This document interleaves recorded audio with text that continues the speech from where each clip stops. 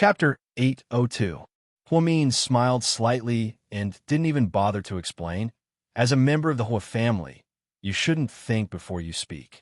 It's the misfortune of the Hua family. I'll let you go this time, but if I see you lay a hand on my wife again, I promise you that your limbs will be crippled and you'll wish you were dead. Qin Shu rarely threatened people, much less women. However, Hua Yin, this idiot, crossed his bottom line. Hua Yin looked at Qin Shu in fear, suddenly losing her confidence. Just then, Hua Si ran over, grabbed Hua Yin, and left afraid that she would cause more trouble. This kind of party is boring, right? He asked. A little. Hua Min smiled. Then I'll talk to Uncle Song in a bit, and then we'll leave. Okay. Hua Min nodded. Then, Qin Shu walked towards Mayor Song. Song Yishur, on the other hand, walked over and stood beside Hua Min. I think you have some misunderstandings about me. Miss Song, you're overthinking. Hua Min, there's really nothing going on between Qin Shu and me. Don't be so nervous. You don't even have the guts to eat with me. I'm not a wolf. I won't be a threat to you. I'm actually quite insecure. It's normal for me to overthink things. It's your business whether or not you feel anything, but it's my business whether or not I'm overthinking things. Miss Song can't be so overbearing as to not let me overthink things. After all, Qin Shu is my husband. Hua Min said this with a smile. Song Yishur was a little surprised. She was so smart to be able to say these things so perfectly without offending anyone. Hua Min, you're very smart. Thank you for exaggerating. But Before Song Yishur could finish, someone interrupted her. Little sister Mian, I didn't expect you to be friends with Miss Song. The two of them turned around and saw Hua Xiqian in a black tuxedo. This is... Song Yishur didn't seem to recognize Hua Xiqian. Hello, Miss Song. I'm Hua Xiqian. Oh, the young master of the Hua Corporation. Song Yishur finally realized when she heard the name. Mian, you know Miss Song? Why didn't you introduce her to me earlier? I love pretty girls. Hua Xiqian loved to joke around, and he was also known as a playboy in the industry. Therefore, no one found it strange that he would joke around like this. Don't you already have M.O. Shui? Hua Min glanced at him. TSK. You're spreading rumors again. Didn't GK poach M.O. Shui? She's filming and going on stage. She doesn't deserve to go on a date with me. Then, Hua Xiqian looked at Song Yishur and smiled. How old is Miss Song today? 26 years old, Song Yishur replied elegantly. Not bad, not bad. You're young and pretty. Mayor Song is so lucky to have such an outstanding daughter. Young Master Hua, you flatter me. Miss Song, if you don't mind, would you like to dance with me? Just then, waltz music started playing. Hua Xiqian's invitation was very sudden, and it slightly surprised Song Yishur. Even Hua Min was a little surprised. Although Hua Xiqian was a playboy, he wasn't the type to joke around with strangers. However, today he was especially enthusiastic about Song Yishur. Song Yishur really wanted to dance with Qin Shu, but she didn't expect Hua Xiqian to be so bold. They didn't even know each other, yet he dared to invite her. Plus, there were so many people watching. If she refused, it would be embarrassing for everyone. Chapter 803. Okay, even though Song Yishur didn't want to, she still agreed because of her pride. Hua Xiqian held Song Yishur's hand and walked to the center of the dance floor. Before he left, he looked at Hua Min meaningfully. His eyes looked like they were smiling, as if he was trying to express something. Hua Min never thought that Hua Xiqian was this cute. He did help her by taking Song Yishur away from her. Qin Shu wanted to say goodbye and leave, but Mayor Song was in a good mood and kept talking about work with him. Qin Shu had no choice but to continue accompanying Mayor Song. Occasionally, he would turn around and see Hua Min sitting in a corner, drinking champagne. Wei Liao and Jiang Xiaowei were supposed to come as well. Jiang Xiaowei was on her period, so she was no longer in the mood. Wei Liao saw that she wasn't coming out, so he didn't dare to come out either. Tang Chuan went abroad to have fun, leaving Su Yu alone. Su Yu sat across from Hua Min. He held a glass of red wine and walked across the dance floor, looking at Hua Min affectionately. She sat there alone, in silence. However, he couldn't go over. After all, there were too many people here. If any rumors got out, Huamin would definitely be troubled. Just then, two women walked past Huamin. One of them suddenly said provocatively, "Hey, isn't this the rich Lady Qin? You bought the women in the coffee shop just because you were angry with us. Actually, you're the same. Why do you have to do this? Everyone says that you're a generous person, but you forbade us from drinking coffee in your coffee shop. That's not very nice of you." Huamin slowly raised his head and saw the two women who gossiped with Song Yisher the other day. Enemies were bound to meet on a narrow road. Whether I'm generous or not depends on who I'm talking to. My attitude depends on how you treat me. If you can't even show me basic respect, then why should I care about your dignity? What a joke. I'm not God. Why should I forgive your thoughtless words and stupid actions? Huamin had always been good at arguing. That day, he saw how arrogant they were when they took out their gold cards and tried to kick him and Lingling out. Everyone said that people shouldn't go overboard and that they should give themselves some leeway. But if they didn't give him any leeway, why should he give them any leeway? Huamin, don't be arrogant. I'm telling you, when Sure comes back, you're going to cry. You don't know? You, Sure, you, as her daughter-in-law's estes. As she's you as hers you. Test. Estes. She's as T2's est. That's weird. Wasn't it a matter of two people living together? I want to be on good terms with my mother-in-law, but if I can't be on good terms with a man, it's useless, right?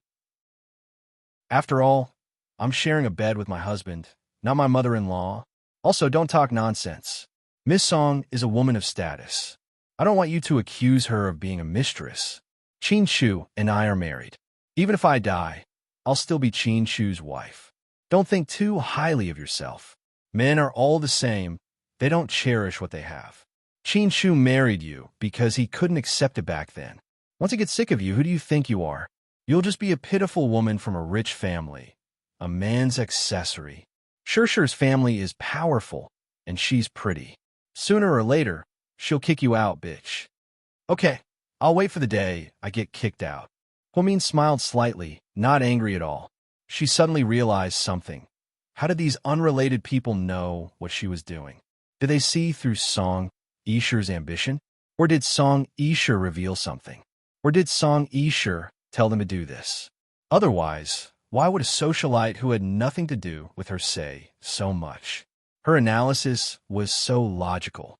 This didn't sound like something a pair of brainless socialites would say. Just then, one of the socialites named Gao Shui suddenly dropped the wine glass in her hand. It smashed right into Hua Min's champagne glass. The two glasses collided, and the sound of glass shattering could be heard. Hua Min's fair hand was cut by the glass shards, and blood immediately gushed out. Suyu saw everything clearly. He didn't care too much and immediately walked over. He asked nervously, "Are you okay?" Chapter 804. I'm fine. Huamin stood up, picked up a wet towel, and pressed it against his wound. Perhaps it was because of the rapid bleeding. The wet towel was soaked with blood. Suyu looked up and glared at the two women with murderous eyes. I'm sorry. I didn't do it on purpose. I just wasn't paying attention. So, the cup. Shut up. Suyu's eyes were about to spit fire. Who would believe that they didn't do it on purpose? They had been standing next to Huamin for a while now, and it seemed like they had a lot to say. That unfriendly gaze and that action were all filled with hostility. I'm fine, don't worry. Huamin could tell that Suyu was too nervous, so he tried to comfort him. However, Suyu didn't listen to him at all. He threw the wine glass in his hand at the two women's ankles. The wine glass shattered, glass shards flew everywhere. Both women's feet were affected and scratched. They're bleeding. One of the women screamed. Only then did everyone's attention. Song Yisher, who was dancing in the middle of the dance floor, nodded at Huasiqian apologetically. I'm sorry, I think something happened to my friend. I'll go take a look. Okay. Huasiqian nodded and didn't say anything else. His gaze fell on Huamin's injured hand for a while, but he didn't say anything. Song Yisher walked over and looked at the two injured women. Xiaoxue, are you okay? Before they could say anything, Suyu coldly glanced at their injured feet and said, I'm so sorry, my hand slipped. Young Master Su, your hand didn't slip, right? You fell on purpose, right? Song Yishur was a little angry, so you couldn't keep his cool. He did fall on his own accord, and he used a lot of strength. That was why he was caught red-handed. So what if I did? Suyu looked at Song Yishur provocatively. His eyes were saying, I fell. So what can you do about it? So what if he was Mayor Song? Aren't you going to wag your tail like a dog when you see my grandfather? The Su family had always been the king of this city. Suyu had never put anyone in his eyes since he was a child, let alone Song Yishur. I wonder, why is Lord Su doing this? Why can't we just talk it out? Song Yishur said as she looked at Hua Mion's injured finger with a meaningful look. It's useless to talk nicely. Some people just can't be given face. Suyu was still as arrogant as ever. At this moment, Qin Shu also walked over from not far away. The first thing he saw was Hua Min's hand. Honey, what's going on? These two ladies, maybe they were too excited when they saw me. So they dropped their wine glasses and smashed mine. Then I was accidentally injured. Hua Min still had a faint smile on her face. She wasn't so pretentious as to cry out over a little injury. Heartbroken, Qin Shu pulled open the wet towel and looked at the wound. He frowned and felt bad for her. He glanced at the two women's faces, and his gaze was as cold as ice that had been frozen for thousands of years. The two women were so scared that they retreated. Song Yishur immediately explained. Qin Shu, they're my friends. I don't think they meant to offend Hua Min. Yes, we didn't do it on purpose. The two women began to play innocent. Qin Shu was about to say something when Hua Min suddenly grabbed his hand. Honey, I'm a little tired. Let's go home, okay? Upon hearing Hua Min's words, Qin Shu turned around and lovingly touched her face. Okay. Then, he held on to Hua Min's hand and walked up to Mayor Song. Uncle Song, my wife isn't feeling well. We'll leave first. We'll visit you another day. Okay, take care. Mayor Song really liked Qin Shu's personality. Although he was a little cold, he was reliable. He had a good reputation and didn't mess around. He always wanted to marry his daughter to Qin Shu, but he didn't expect him to marry his high school classmate for over half a year. This was truly a pity. Qin Shu left the party with Hua Min. Before Hua Min left, she looked at Suyu worriedly. He really lost his composure because of her. Hua Min hoped that after she left, he would calm down. After all, there's so many pairs of eyes watching. In the car, Qin Shu looked at Hua Min's side profile with heartache and asked, Why didn't you let me teach them a lesson? Chapter 805. Oh, we were bitten by a dog. Are we supposed to bite the dog back? Hua Min replied with a smile. You always have your reasons. I just don't think it's necessary. They were just angry, but this is a fight between women. If you step in, people will gossip about you and think you're not magnanimous enough. As for me, I'm the first lady of the city, so I won't stoop down to their level. I won't fight with them like a shrew, right? Wouldn't that make me look like a nobody? I'm a doctor now. Fine, Dr. Hua, you win. Qin Shu looked at Hua Min lovingly. Does it still hurt? It doesn't hurt. It's just a small cut. I'll just apply iodophor when I get home. Okay. Since Hua Min was injured, Qin Shu and Mayor Song ended their conversation about the king of the land. It was obvious how important Hua Min was to him. He didn't care about his career or his job. The two women were Song Yishur's good friends back in China. They studied abroad together in Italy, so they had a good relationship.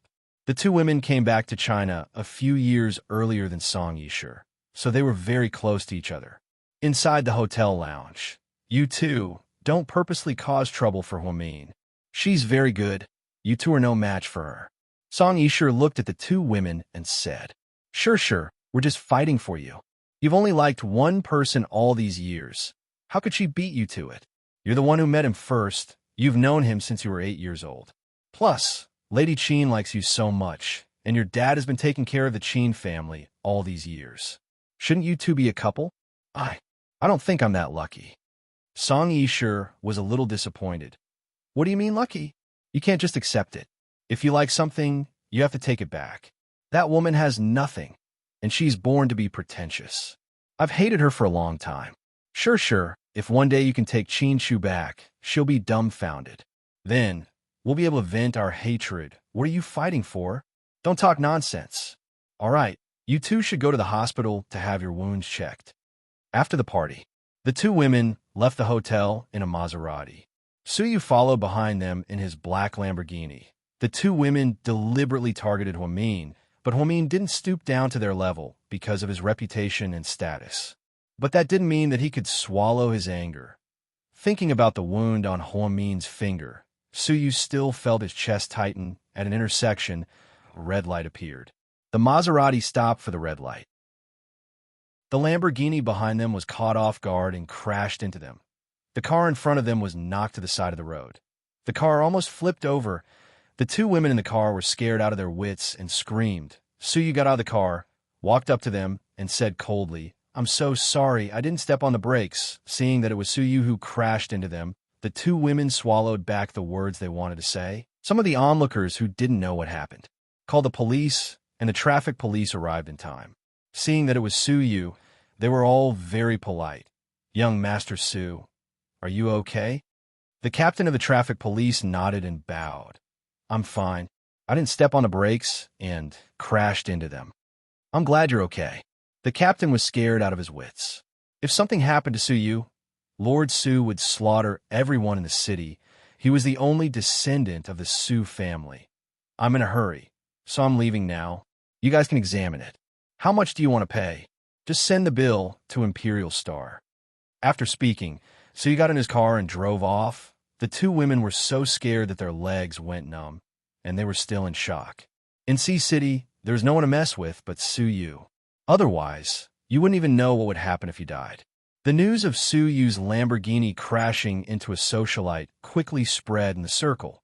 After Wei Liao and Jiang Xiaowei finished talking, she immediately sent a WeChat message to Huamin. Huamin had just finished treating his wound and was sitting on the bed. Qin Shu was taking a shower. "Lord Su was angry because of you, right?" Jiang Xiaowei asked via WeChat. "What happened?" Huamin didn't seem to know anything. Chapter 806. I heard that the two women who offended you at the party were almost knocked over by Suyu. They were scared out of their wits. Huamin's expression changed slightly after he read the news. Wasn't Suyu overreacting a bit? Did he have to? Didn't he just get revenge for her by smashing a glass? Why do you have to crash their car? How dangerous was that? What if someone died? Luckily, the two women were driving a Maserati. If they were driving a Xiaoli, the car would have been crushed. They would probably be in the morgue right now. It seemed like she had to talk to Suyu when she had time.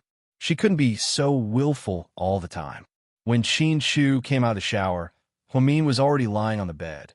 Only Huamin could see Qin Shu's perfect body. His abs were so perfect that it made her drool. "Honey, yeah." Qin Shu looked at her as he dried his hair.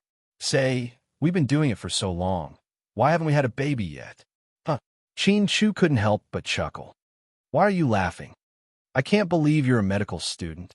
You know how complicated it is to get pregnant. It's not that easy, but I think it's easy for other people. Many couples get pregnant right after they get married. Oh, right, there are even celebrities who get pregnant before they get married. It's all so fast." "So?" Qin Shu looked at her. "So, do you think one of us is infertile?" Qin Shu was speechless.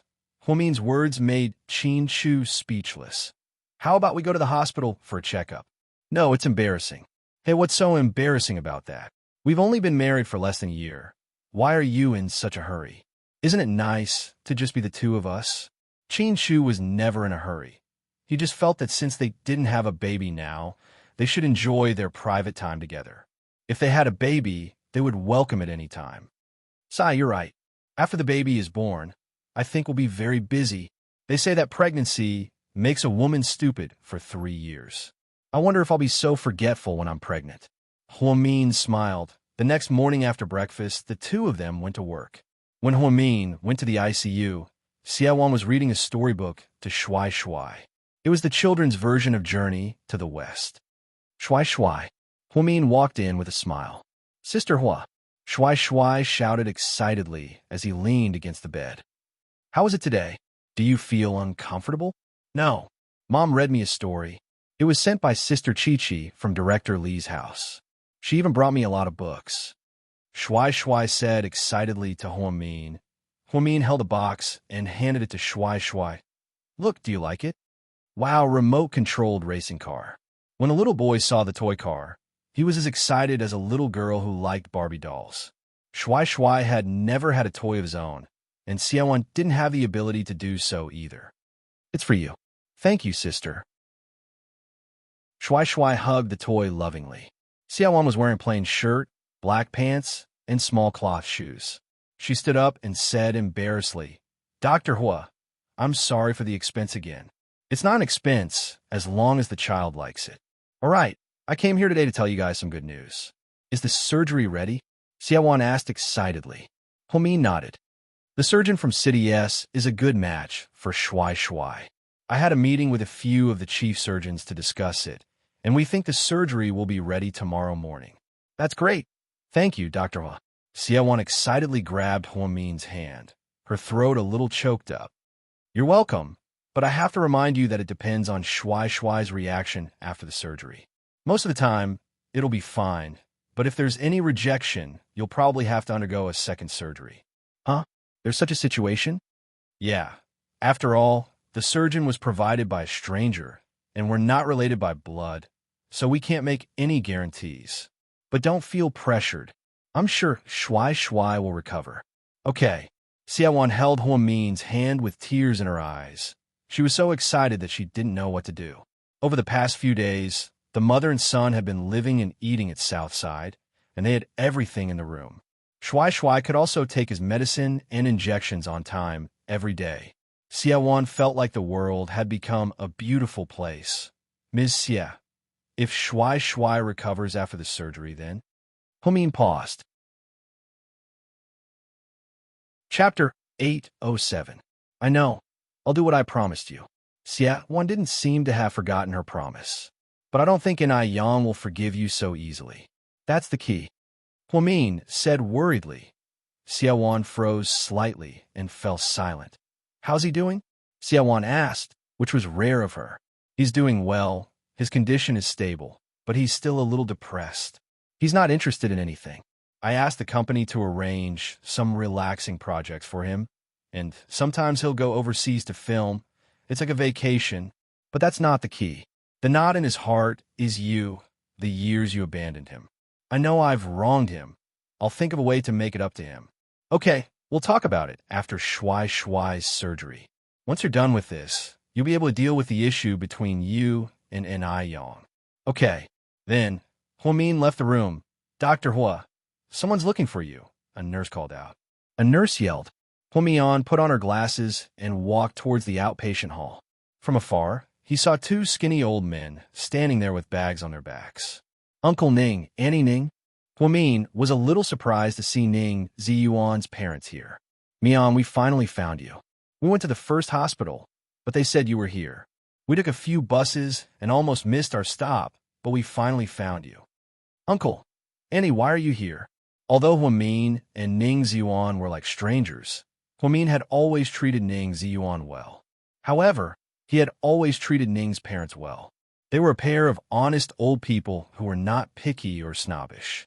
They were honest and treated Huamin well. Don't mention it, it's a long story.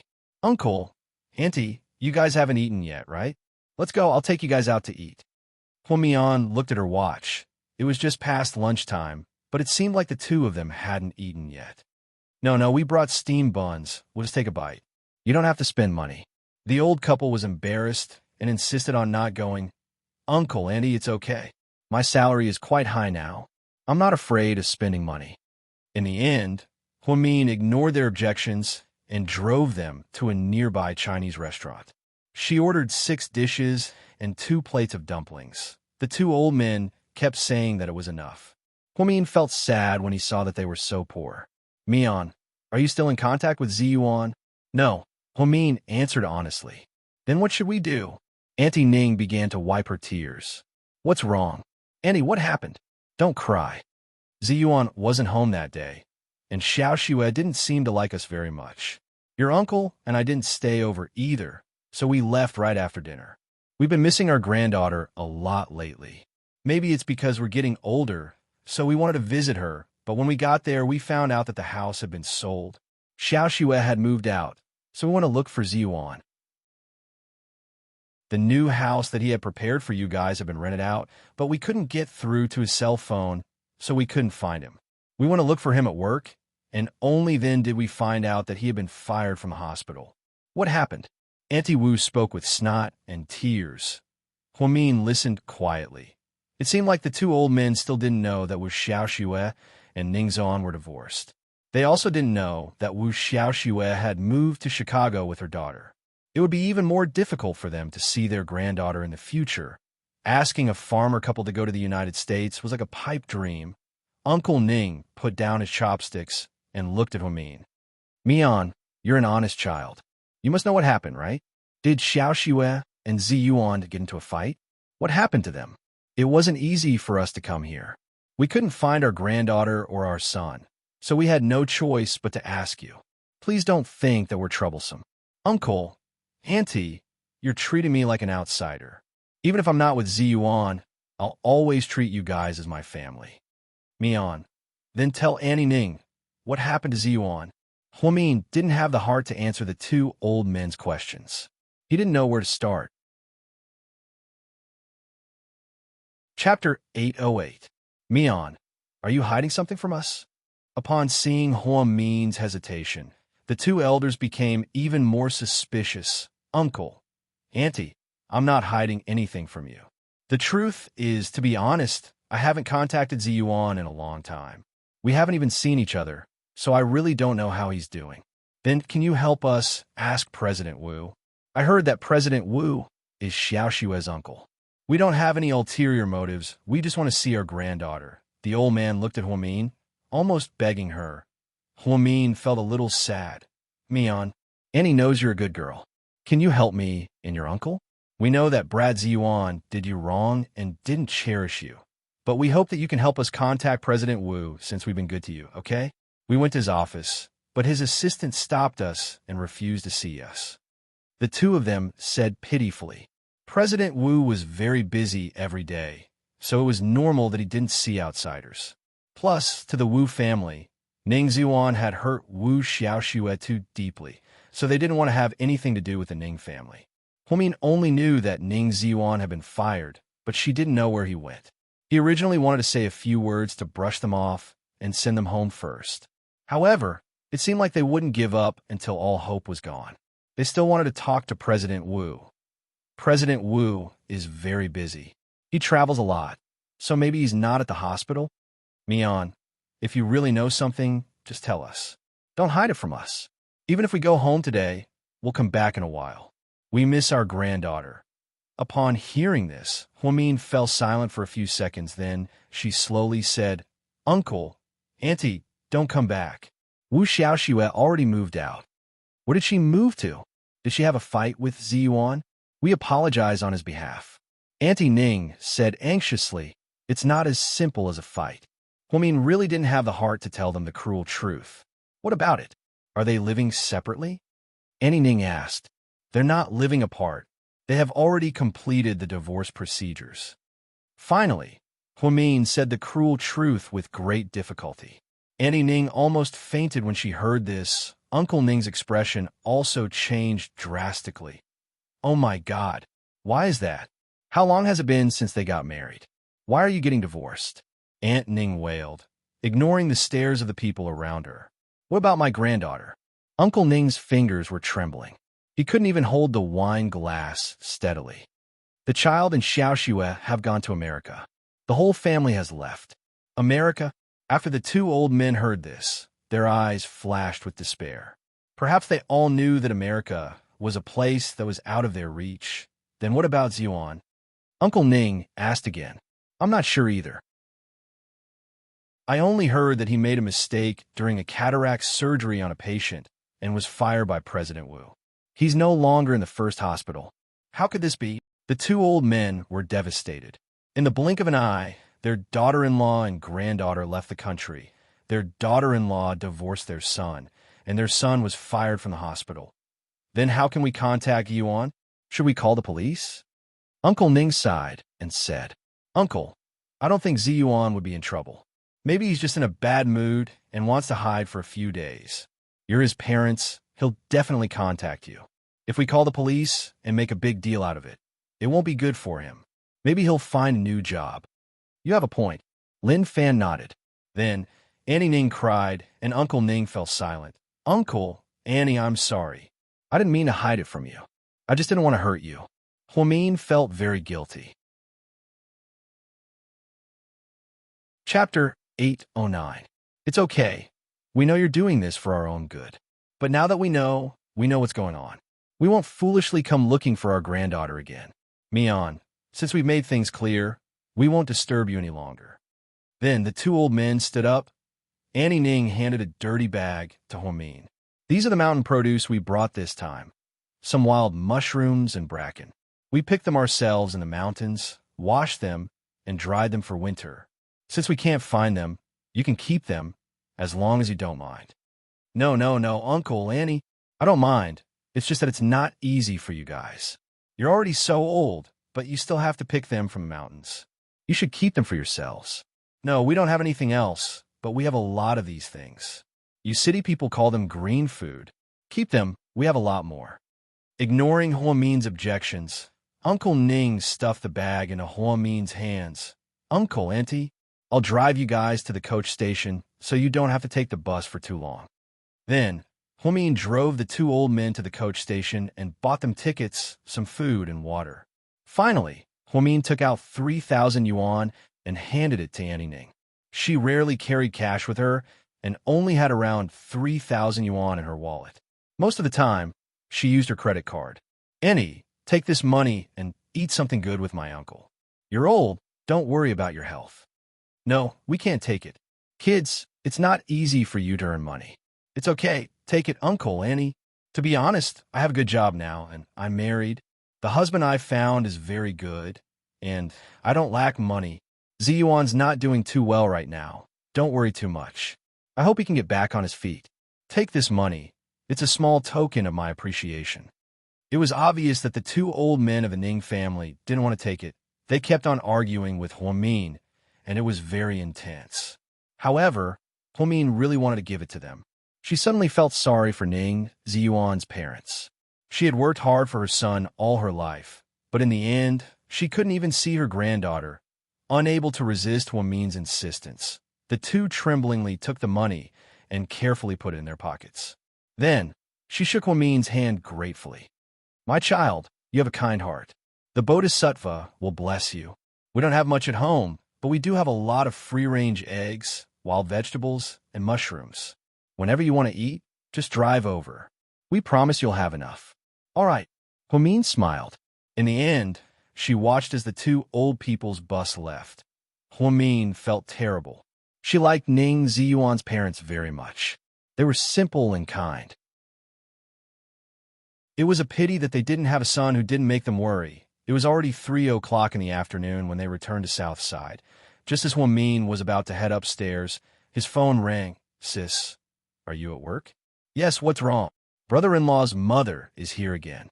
She's so annoying, she's fighting with her again. After Jing Jixin finished speaking, Huamin couldn't wait to go downstairs. Then, he drove back to the old house. The yard was filled with neighbors this time. Qin Shu's mother came alone. She was dressed in designer clothes and carried a Louis Vuitton bag in her hand. She cursed out loud in the yard. When Huamin returned home, he heard the most vicious sentence. Your daughter is a chicken that can't lay eggs. How long has she been married? Huh? She can't even lay a single egg? I'm telling you, the Qin family doesn't want a daughter-in-law like her. If she can't have any children, then get out of here as soon as possible. Don't think of using the name of a young lady of the Qin family to cheat people every day. She's so full of herself. After hearing this, Huamin felt very bad. Sis, you're back? Jixin saw Huamin and immediately ran over. Chapter 810. You came back just in time. Come on, tell everyone, did I wrong you? How long have you been married to my son? Huh? You didn't let my son come home and tied him to your bed every day. You didn't even give birth to a child. How can you face our ancestors by doing this? Lady Qin was originally isolated and helpless, and she didn't have the courage to continue fighting. However, Song Yishu's return to the country was like a shot of adrenaline to her. She immediately came back to life and began her ridiculous life of slandering Huomin. Huomin ignored her and walked up to Yang Meiyerong. Mom, are you okay? I'm fine, don't worry. I don't need to lower myself to her level. What kind of person am I? Huh? Make yourself clear. You're so poor that you hate the rich, and you have a nerve to criticize me? Being in laws with someone like you, I must have had 8 lifetimes of bad luck. Lady Qin became more and more agitated as she spoke, and she pointed around the yard. She didn't care about what the people around her thought or said. After all, Yang Meiyerong had been here for a long time and had a good relationship with everyone. Annie Wu couldn't stand it anymore. She walked over and pointed at Lady Qin. So what if you're rich? Poor people like us don't welcome you. Leave, leave. Who do you think you are? How dare you talk to me like that? Do you know who I am? I don't care who you are. Anyways, your words are worse than farts. We don't want to see you. We don't want to get a needle in our eye. Auntie Wu was a commoner, so it was natural for her to be a little rude. However, it was very satisfying. Yeah, leave. You're not welcome here. Jing Zhixin also stood on Auntie Wu's side and ordered her to leave. Huomin, is this how you treat your elders? Lady Qin didn't want to let go and targeted Huomin. Huomin poured a glass of water for his mother, who looked pale. Then he turned around to look at Mrs. Qin and said, I'm already being very polite to you. I thought you would have some self-awareness. After all, you're highly educated. Since you keep saying that you're from a noble family, then you should pay attention to your words and actions instead of cursing like a shrew. That's all because of you. You're a chicken that can't lay eggs. You're really a disgrace to the Qin family.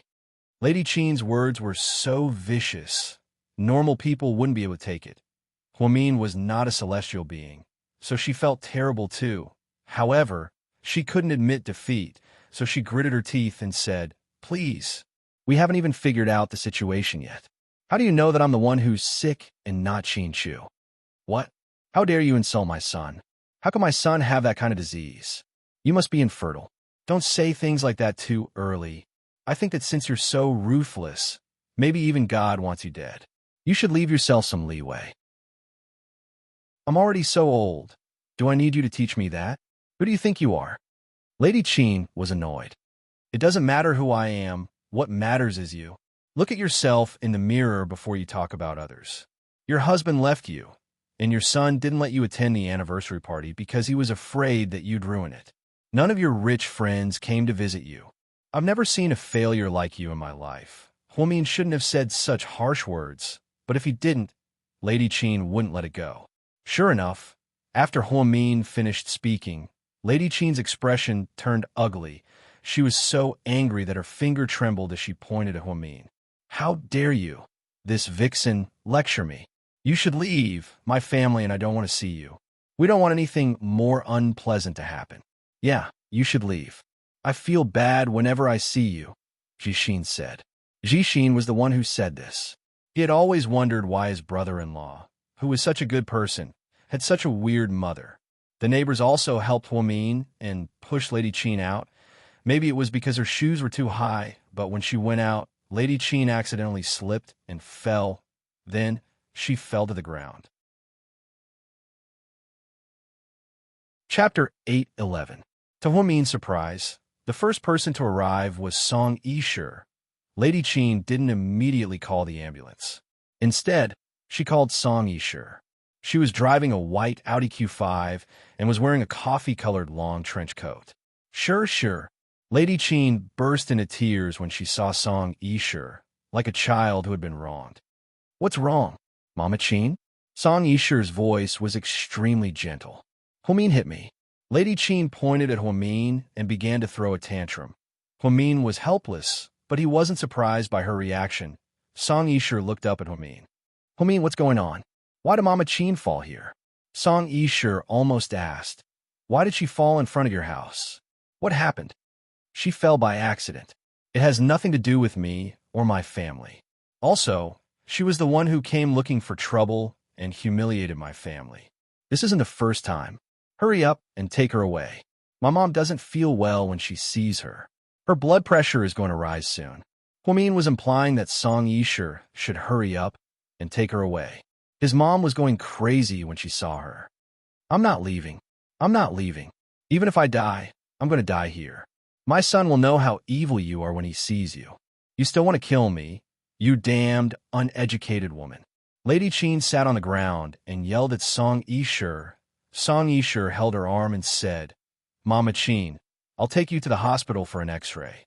Your foot is swollen. You can't go on like this. Although Lady Qin was reluctant to leave, Song Yishur insisted on taking her to the hospital and helped her into the car. Before she left, Song Yishur walked up to Huamin and said, I'm sorry, Huamin. Mama Qin has a short temper. Sometimes she acts like a child. I apologize on her behalf for causing trouble to you and Annie. Then, Song Yishur respectfully bowed to Hua Min's mother. No, it has nothing to do with you. You don't have to be so polite. Besides, I'm her daughter-in-law. Hua Min couldn't understand why Song Yishur would apologize. What did it have to do with her? There were only two possibilities for her to do this. First, she was really very polite. She apologized for everything, just like the Japanese. Second, she was pretending to be magnanimous. She wanted others to think that she was closer to the Qin family, as if she was Qin Chu's wife.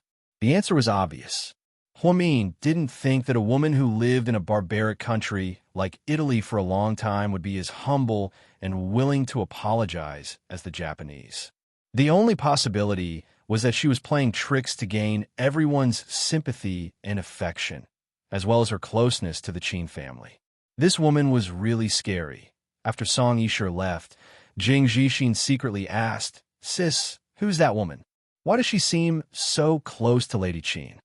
Mayor Song's daughter. Apparently, she's Qin Chu's childhood friend. She's the woman Mrs. Qin Chu loves the most. She treats her like her daughter-in-law. Hua Min summarized a lot of things in one sentence. Jing Zhixin's mouth formed a big O. Really? How come I didn't know about it? She just came back. Even I just found out. How would you know? Hua Min smiled. How can you still smile? She's your #1 love rival. I trust Qin Chu. Okay, brother-in-law doesn't seem like the type to change his mind. But the problem is, I'm afraid that woman will keep seducing him. You know, most men think with their lower bodies. What if brother-in-law can't control himself? Jing Zhixin was still quite worried. That woman was really pretty, and she was Mayor Song's daughter. She was too competitive. If he can't control himself, then let them be. Hua Min smiled. Really? Sis, are you that kind? Zhixin looked at his sister in disbelief, his face full of disdain. Chapter 8:12. I'll just chop them into pieces and feed them to the dogs, Hua Min added. Zhixin, that's more like my sister. Huh? What do you think your sister is like? For a bold and powerful woman. No, she's a psychopathic murderer, Zhixin said and ran away. Huh? You little brat, come back here. I promise I won't smash your head in. How dare you call me a psychopathic murderer? Your imagination is off the charts. After Lady Qin left, the atmosphere became much more relaxed. After a few words of persuasion from the neighbors, they all dispersed. Mian, come here. Mom. Hua Min walked over and saw that his mother's expression didn't look too good. Although that crazy woman's words today were harsh, she's right. You guys have been married for a while now, so you need to hurry up and get child. I know. Hua Min pouted and replied. You work at the hospital, so it's convenient for you to get checkup. You can do it yourself when you have time. If you're not sick, then ask Qin Chu to do it. Hua Min felt awkward. Just do a checkup. If you're sick, then treat it. If you're not, then even better. Okay, Mom, I'll do as you say. I'll do it right away. MHM, people will talk about you if you don't have a child. That's how normal people are, let alone rich people. That crazy woman came to our house and made a scene. I'm not blaming you. I just want you to have a child. Status is secondary. The main thing is that you're not young anymore. You'll need a child sooner or later. I understand. Hearing his mother's earnest advice, Hua Min nodded and didn't argue with her. Sis, when are we moving? It's so annoying.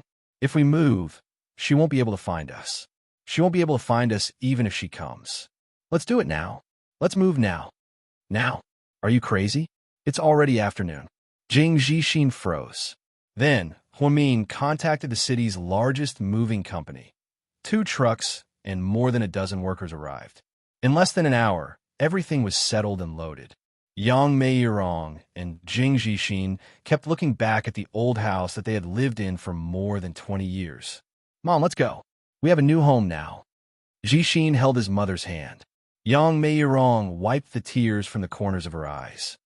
"If only your dad was still here, we'd be a family. He was the one who borrowed money to buy this house, all for the sake of giving me a place to live. When I was young, I was vain and thought that marrying into a rich family would be my happiness. But then I met that scumbag, Huo Zhenghai. Thank God I met your dad in the end, and now I have someone to rely on." When she left the old house, Yang Meiyurong suddenly missed Jing Jixin's father, Jingde. Every time this happened, Huamin would feel very guilty. She had always felt that she was the cause of Uncle Jing's death. "Mom, don't say it, sis will feel bad," Jing Jixin whispered into his mother's ear. Yang Meiyurong immediately realized that she had said something wrong. She wiped her tears and said, "You're old, so you like to nag. Okay, let's go." Before they left, the neighbors came to see them off. "Sis, you're so lucky to have a good daughter who bought you a big house. Don't forget about us in the future." "I won't. You guys can come over and play cards with me when you have time." Yang Meiyurong smiled. Of course, of course." Just like that, Huamin drove his mother and Jixin home, with 2 trucks following behind them. It was filled with all of the family's belongings. The truth was, they didn't need to take all of it, but his mother was nostalgic and didn't want to throw away even some of Uncle Jing's belongings. Sky Blessing Court was a gift from Qin Chu. It was decorated very grandly, and he even prepared a vegetable garden for his mother-in-law. By the time they arrived, the sky was already dark. Huamin hired a cleaner to clean up the house, and he and his mother began to organize the scattered clothes. When Qin Chu got off work at GK, he was about to call Huamin. Just then, he received a call from Song Yisher. "Qin Chu, I'm at the hospital. Annie was just admitted to the first hospital. Come and see her." Chapter 8:13. What happened? Why is she in the hospital again? Qin Chu frowned slightly. Qin Chu was getting impatient because his mother kept threatening him with hospitalization. No one would believe the story of the boy who cried wolf. Luckily, it was Song Yisher who called this time. If it was a maid, he would have hung up immediately. "Yeah, it's a bit complicated. I'll tell you when you get here. I just took her for an x-ray. The doctor said it's a minor fracture." "A minor fracture? Okay, wait for me. I'll be right there." Qin Chu knew that Song Yisher wouldn't lie, so he didn't think about anything else and drove straight to the hospital. On the way there, he called Huamin and talked to her. Huamin was helping his mother move. He told Huamin to wait for him so they could eat together. Huamin nodded and didn't say much about his mother's fall. He was so busy that he was dizzy. "Mom, let's throw away these old clothes. They're so old-fashioned. Who would wear them?" Huamin chuckled. "These clothes aren't damaged. They're all in good condition. It'd be a shame to throw them away. You guys really don't know how to live." Then, Yang Meiyurong snatched the old clothes from Huamin's hands and put them away like they were treasures. Jixin smiled and said to his sister, "Mom is going to keep them as antiques. When we have grandchildren in the future, these things will be worth a lot of money." "Ha ha ha." Huamin couldn't stop laughing. "What are you guys talking about?" Yang Meiyurong asked curiously. Nothing, Mom. You can continue tidying up, haha." Jixin smiled mischievously. Moving from a run-down little yard to a luxurious duplex, it was a bit hard to get used to. Jixin, the brother-in-law of a rich family, finally had a mansion and a sports car. "Sis, does this mean that when one person achieves the Tao, his family and friends will also ascend to heaven? Where the hell do you get so many words in one day?" Jixin, his mother suddenly called out. "What is it, Mom?" "Now that we've moved, we have a big house. Bring Xiaoyu over for dinner when you're free." It was obvious that Yang Meiyurong quite liked Huang Yu. Compared to Lady Qin's mother-in-law, Yang Meiyurong was much kinder. Okay. Jing Jixin's answer was also vague. At the mention of Huang Yu, Huamin remembered that the issue between Huang Yu and Jixin hadn't been resolved yet. Thus, She quietly pulled him aside. Are you two still like that? It's worse than the past few days. She didn't reply at all. She would occasionally reply to me on WeChat. Jixin smiled bitterly. All right, give me a few days. I'll go over there for a meeting and talk to her again. Forget it, sis, you're right. Love is between two people.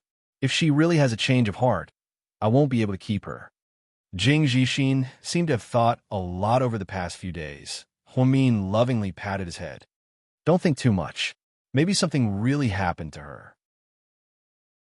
Okay, it's already like this. There's no point in me thinking too much. Let's just wait. Jixin seemed to have let go of the news of Huang Yu's sudden change in attitude. Qin Chu drove to the hospital. Song Yisher had finished the hospitalization procedures and was walking upstairs with a form in her hand. Yisher, you're here. Song Yisher gently smiled when she saw Qin Chu. How's my mom? She's fine. Her bones are just a little dislocated, and there's a slight fracture. How did this happen all of a sudden? Did she slip and fall at home? Qin Chu asked. Not at home. Song Yisher hesitated. Then where is it? Seeing her hesitation, Qin Chu became even more suspicious. Actually, you might not believe me, but it's at Huamin's house. Oh no, it's Huamin's mother's house. Qin Chu was indeed a little surprised. Chapter 814. How did she fall over there? Qin Chu asked this question calmly. From what he knew about his mother, it was obvious that she went to Huamin's house to cause trouble. This wasn't the first time. I don't know the details, and I don't dare to say anything. But I think Mama Qin went to Huamin's mother's house, and they got into an argument. There were a lot of people there. You know, it's a residential area filled with neighbors. I don't know what happened, but when Mama Qin left the house, she fell. She insists that Huamin pushed her, but I don't think that's believable. Mama Qin is biased against Huamin, and I believe that Huamin isn't that kind of person. Song Yisher smiled. Actually, the scariest part about her wasn't that she kept insulting others, but that she kept praising them. Qin Chu was in a good mood when he heard Song Yisher defend Huamin. This was because he hated it when people slandered Huamin. How's she doing right now? She's pretty emotional.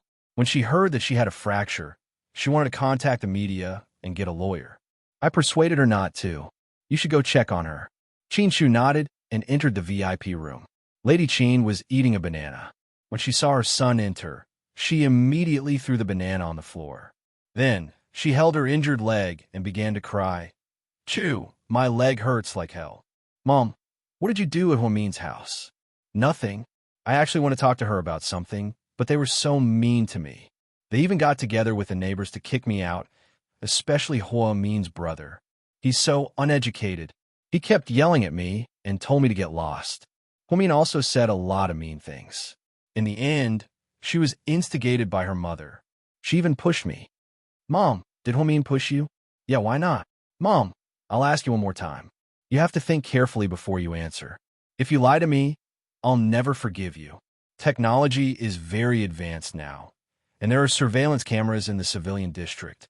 Upon hearing Qin Chu's words, Lady Qin's expression immediately changed. Then he pretended to be silent. Mom, so tell me, did Huamin push you? Qin Chu questioned coldly. He really couldn't stand his mother pushing everything on a Huamin. There should be a bottom line for slandering, right? No. Finally, Lady Qin told the truth. She was really afraid that her lie would be exposed and she would not be forgiven. After all, the relationship between mother and son was already very strained. I knew it wasn't Huamin. I've known her for so long. I know what she can and can't do. Then why doesn't she have a child? Tell me about it. Lady Qin began to talk about children again. Song Yisher was so embarrassed that she felt awkward. Children depend on fate. It's not something that can happen just because you say so. You can't blame her. It's between the two of them. I think she's just sick and can't have children. Let me tell you, I can't let the Qin family have no descendants. Mom, you're overthinking it.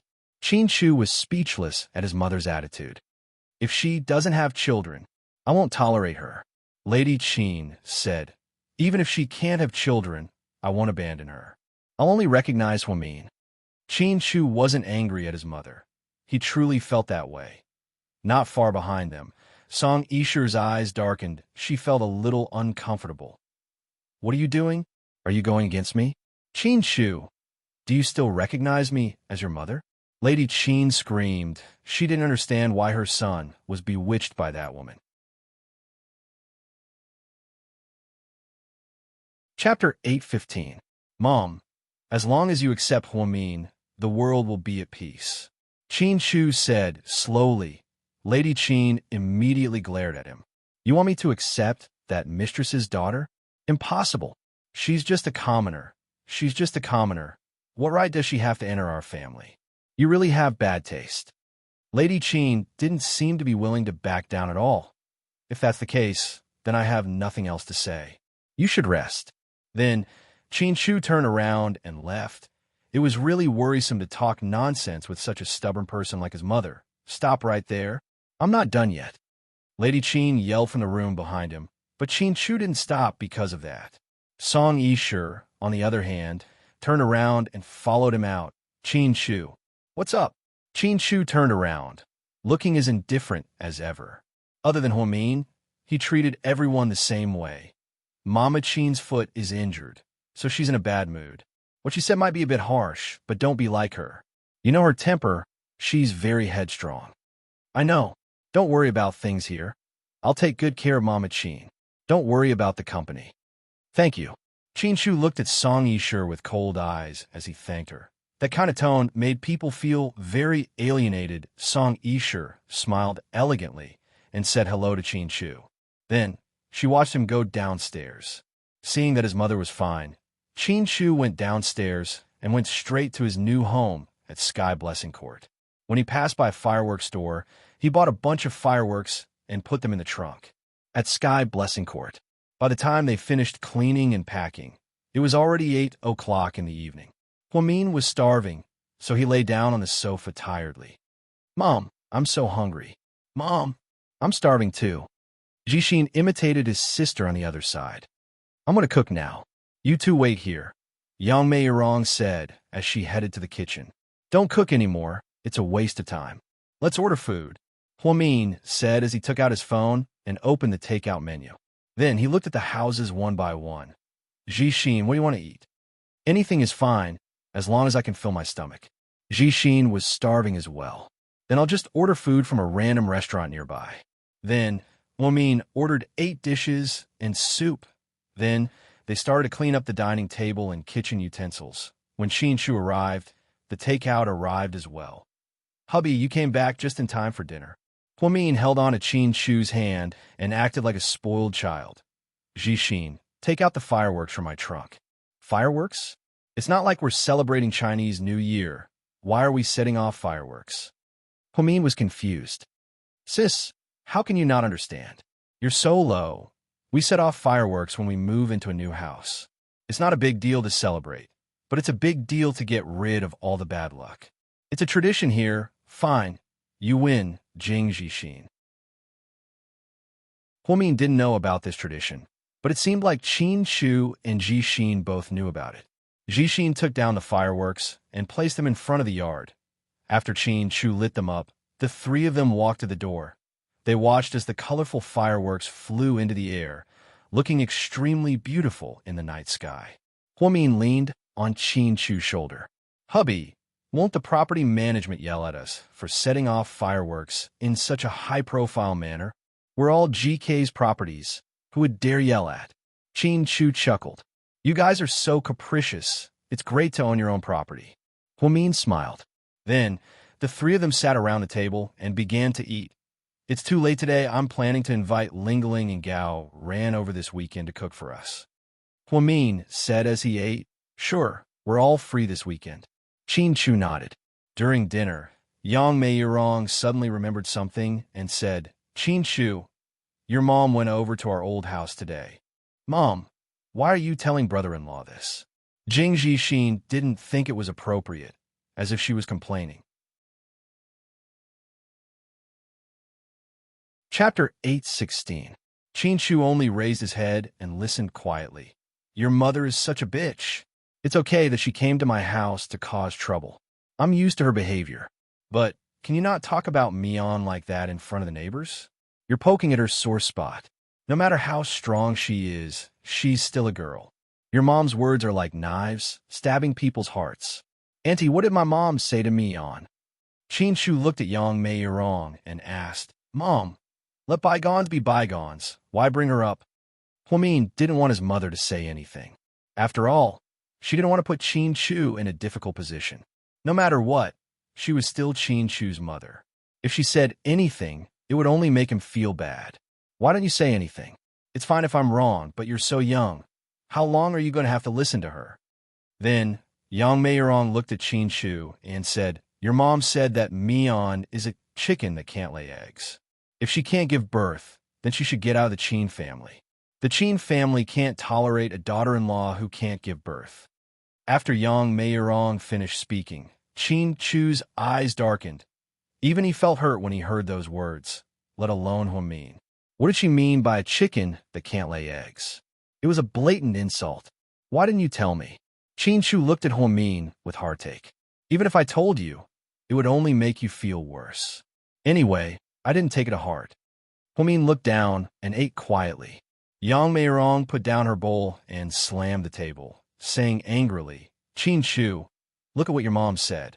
Is that something a mother-in-law should say to her daughter-in-law? Mion is also worried that she can't give birth to a child. Plus, you might not like what I'm going to say. You two don't have children, so what's going on? Maybe my Mion is the one who's sick. Maybe it's you? Am I right? You can't let Mion take the blame for something that happened between the two of you. Mom? Huamin looked at his mother awkwardly. Mom, you're being too harsh, Jing Zhixin kindly reminded her. Chin Chu nodded sincerely. Auntie, you're right. That's true. So, I suggest that the two of you get a checkup when you're free. Whoever has the problem, get it treated. Don't let your mother find fault with us again. I know. Chin Chu nodded. Faced with Mion was angry at him. He didn't seem to be angry at all. After the meal was over. Because it was close, Mion was because Mion. In the car, Chin Chu held the steering wheel with one hand and held Huamion's hand tightly with the other. Honey, I'm sorry for what happened today. Of course not. I was actually very barbaric when I fought with your mother. Huh, but I'm quite sorry that she fell down. Is she okay? He's fine. He's just slightly injured. He's still recuperating in the hospital.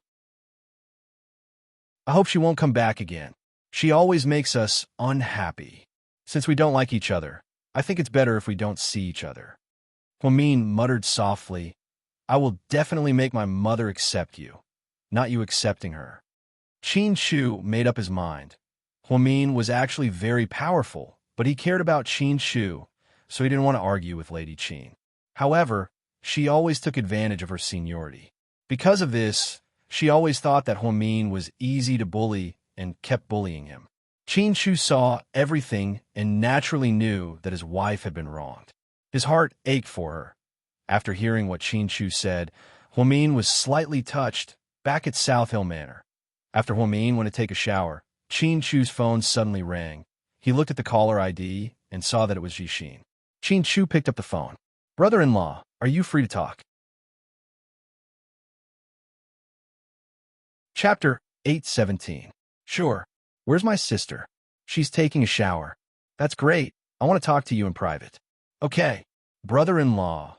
Other than your mother, there was also a beautiful woman who came to my house to cause trouble. She's called Sure, something I've never seen before, but it seems like she's really close to your mother. My sister said that she's your childhood friend, but I'm not sure if she was joking or not. But I want to say, since you marry my sister and chose her to be your life partner, then please don't hurt her, okay? She really cares about you, and I've never seen her so happy in all these years. Ever since you came back to China and got together with her, I've always seen her smile so brightly. It's a smile that she hasn't had in the past 7 years. I really want her to be happy forever. So, big brother Chin Chu, promise me? No matter who it is, don't give them a chance to get in between you two, okay? My sister isn't the prettiest girl, nor is she the smartest girl, nor is she the daughter of a rich family. She doesn't even have a high education, but I believe that no one in this world will love you more than my sister does. She's such a stubborn person, and once she sets her mind on someone, she'll be with him forever. It's not something that can be done with words. Jixin, I understand. Hearing his brother-in-law's words, Qin Chu nodded. My sister's been through a lot these past few years.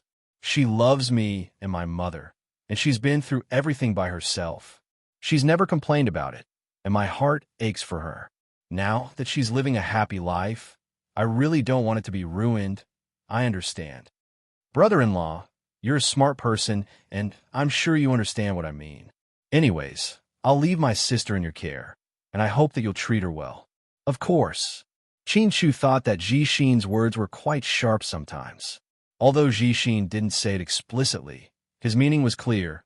He was warning Qin Chu not to find a third party, especially that Song Yishe, who was so beautiful that she looked like Qi Ling's sister, made Hua Xiqian feel a sense of crisis. Even an innocent child like Jixin felt a sense of crisis for his sister. When she hung up, Huamin happened to walk out of the bathroom. Who's calling? You chatted for so long? It's a secret. Qin Chu smirked. All right, since Mr. Qin already has a secret, I'll have to keep my own secret. I can keep secrets, but you can't, Qin Chu said proudly. Why? Huamin was clearly unconvinced, based on the fact that I'm the one who gets the most points every time. After saying this, Qin Chu threw his phone aside and pushed Huamin down onto the spacious bed. I haven't dried my hair yet. Hurry up and move away, or you'll wet the sheets. It's healthier to be wet. Qin Chu smiled gently. Huamin only felt that his cheeks were as red as a furnace. Every time Mr. Qin spoke, he would make her blush and her heart race. After their lovemaking, Mr. Qin fell asleep, exhausted. Huamin, on the other hand, didn't feel sleepy anymore and was much more energetic. She quietly got out of bed and ran to the bathroom. She didn't know when a transparent tube had appeared in her hand. Then she spent a lot of effort to get the remaining sperm that Mr. Qin left in her body into the tube. The next morning, after arriving at Southside, Huamin went straight to the Reproductive Health Center.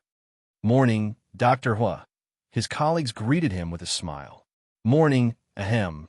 Can you check the sperm survival rate for me? Huamin handed over the tube in his hand and said awkwardly. Chapter 8:18. Oh, okay. Knowing that it was a private matter, the woman didn't dare to ask. She took the things in and came out 10 minutes later with a report. Dr. Hua, the results are out. Take a look. Huamin immediately took the report. Seeing that it was normal, he let out a sigh of relief. Mr. Qin must have been too embarrassed to come, so he decided to be a good guy and secretly check for him. If Mr. Qin was fine, then she was the one with the problem. Thinking of this, Huamin felt a bit depressed. Dr. Hua, is this your relative? A miss. Oh, it's fine. There are a lot of couples without children these days, and half of them have problems with the woman. Gynecological diseases are very common nowadays, and a lot of women don't care about themselves and get abortions. This leads to habitual abortions or blocked fallopian tubes. Yes. Huamin forced a smile. After going downstairs, Huamin decided to go to the gynecologist for a full checkup. After all, if there really was something wrong with her, then she should get treatment as soon as possible. Although she didn't care about what Lady Qin said, she couldn't be without children. Qin Chu didn't care if she was pregnant or not, but she could tell that he wanted to be a father. Plus, when a woman loved a man deeply, she would want to give birth to his child. That would be the fruit of their love. Last year, Huamin watched a TV show, and there was a scene in it that he remembered very clearly. The man had a woman he loved, but he married someone else because of his career. In the end, the woman miscarried out of sadness, and the man was very, very sad. Later, his wife also got pregnant, but the man didn't have any reaction. The wife asked, "Don't you love children? Why aren't you happy that I'm pregnant?" The man calmly replied, "It's not that I don't love children, I just don't love you." The woman suddenly realized that he was sad because of the miscarriage, not because he loved the child, but because he loved the child's mother. Huamin felt that Qin Chu doted on her so much. If she gave birth to a child, Qin Shu would love it to death, right? Huamin then went to the ICU to see Shuai Shuai. Today was the day of Shuai Shuai surgery, which was held at the south side. There was a doctor from the district, a chief physician from the first hospital, and 3 assistants. President Wu seemed to be very concerned about this matter. He even called in the morning to ask about it. "Sister, I'm so scared. Will it hurt?" Before the operation, Shuai Shuai looked at Huamin timidly. "Don't be afraid, it doesn't hurt. Shuai Shuai just needs to sleep. The uncles will give Shuai Shuai an injection first, just a little, then Shuai Shuai Shuai will go to sleep. After he wakes up, Shuai Shuai Shuai will recover." "Really? Is it only as painful as an injection?" "Yes. I didn't lie to you, so don't be afraid." He encouraged Shuai Shuai again and sent him into the operating theater. Huamin and Xiaowan were waiting outside the operating theater. Seeing Xiaowan's nervous expression, Huamin comforted her. "Don't worry. This type of surgery isn't difficult. Our doctors are all very authoritative, so there won't be any mistakes." "Okay." Shuai Shuai is also heavily anesthetized, so he won't feel any pain, Huamin added. "Okay." Xiaowan nodded. After days of anticipation, the day of the surgery was finally here. "You haven't contacted an Aiyang lately, right?" Huamin looked at her and asked. Chapter 819. No. At the mention of an Aiyang, Xiaowan lowered her head in shame. An Aiyang is very outstanding. Through his own efforts, he gained a group of fans. When he was a trainee in South Korea, he practiced dance even though he broke bones several times, performed even when he had a fever, and even went on variety shows. It's really hard to live alone in a place where people don't speak the language. Luckily, his efforts haven't been in vain. To be honest, I think an Aiyang should be a very sunny boy. He deserves more love. Xiaowan licked her lips as if she didn't know what to say. When it came to an Aiyang, she really didn't care much. In fact, she never cared at all, because she gave all her energy to Shuai Shuai. To be honest, don't blame an Aiyang for hating you. If it were me, I would also hate the heavens for being unfair. They're both your sons. You carry them in your womb for 10 months. Why are their lives so different? Although Shuai Shuai's health isn't good, he still has all your love. As for an Aiyang, no matter how much money he has, it can't make up for the emptiness in his materialistic life. Maybe you don't know how sad it is for him to live alone in a mansion that's a few hundred square meters, or how lonely he is for people to eat alone, or how lonely he is for people to share his loneliness after receiving awards. Celebrities are also people. Once they lose their celebrity aura, they're actually more fragile than ordinary people, and they need more care. An Aiyang is still just a child who grew up alone and didn't receive any attention. When Huamin said all this, Xiaowan couldn't take it anymore. In the end, she just squatted on the ground and cried. "Yeah, he's also my son. Why would I treat him like that? Why?" Xiaowan muttered to herself. Huamin took out his phone from the pocket of his white lab coat and opened a video website. Today, he's holding a concert in a city for 100,000 people. It's live on the internet. Take a look. As he spoke, Huamin handed the phone to her. Xiaowan trembled as she took the phone and looked at the big boy in the middle of the stage. He didn't dress as flashily as the other celebrities, nor did he wear exaggerated makeup that would attract attention. Just so quietly, he put on a little black jacket and jeans and then sat on a bar stool. He sat there quietly with a microphone in one hand, all the lights around him dimmed, and only one beam of light shone on his body. The 100,000 people in the audience held their breaths. This was the last song of N.I. Yang's concert. Apparently, it was an original song that had never been released. This song is called Lonely Bird. Then the music. I saw a little bird flying alone. I asked where it's home. It didn't know what to do. It thinks its target is somewhere far away. But it didn't know that one day, even if no one there, but it must be strong, not everyone was born with the light of a mother's love. It was just a child who was hurt. When she was in extreme pain, she would lick her feathers alone in sorrow. It's just an orphan forgotten by God. No one clap of people of times. It doesn't know how long it can last. When they were tired from flying, they would stop and feel sad. Of an I Yang, of an I Yang, it of an I Yang, of heaven song of death. Unable to write a new chapter, lonely bird. You can do whatever you want. No one will care about your melodious voice, lonely bird. Your heart has long since been desolate. Let's fly together. Fly to the place that belongs to the two of us. After singing the last line of the song, and I Yang slowly opened his eyes. In those extremely beautiful eyes, there were a few glistening teardrops. After 10 seconds of silence, the audience burst into thunderous applause. And I Yang, I love you. Go for it. And I Yang, and I Yang, and I Yang, you're the best. The sun will always be by your side. This was the slogan of the fans. And I Yang's fans were collectively called the Sun. They were a group of girls with dreams. To be honest, this was the first time Huamin heard this song, but his heart was once again shaken.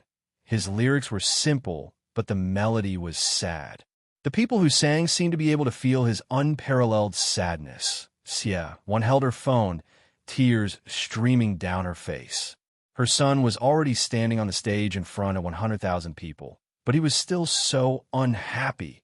If time could turn back, would you still abandon an I Yang? Huamin asked softly. Chapter 820. If I said, I won't do it again, would you believe me? Xia Wan raised her head. The crow's feet at the corners of her eyes were stained with tears. She was actually quite young, but because she had been through so much over the years, she appeared very old. She dressed poorly, ate poorly, and lived a miserable life, all for the sake of her youngest son. It would be a lie to say that she was heartless. It was just that I Yang was unlucky. After Shui Shui surgery, if he recovers, I will help you contact the local school and send him to school. As for you, you should also take some time to take care of an I Yang. Although he's grown up, his heart is still very fragile. If his depression relapses, he will have suicidal tendencies at any time. If you still have a mother's conscience, I hope you can treat him well. Okay, Xiaowan wasn't a sweet talker, so in the face of Huamin's words, she nodded her head in agreement. Huamin was quite good at reading people.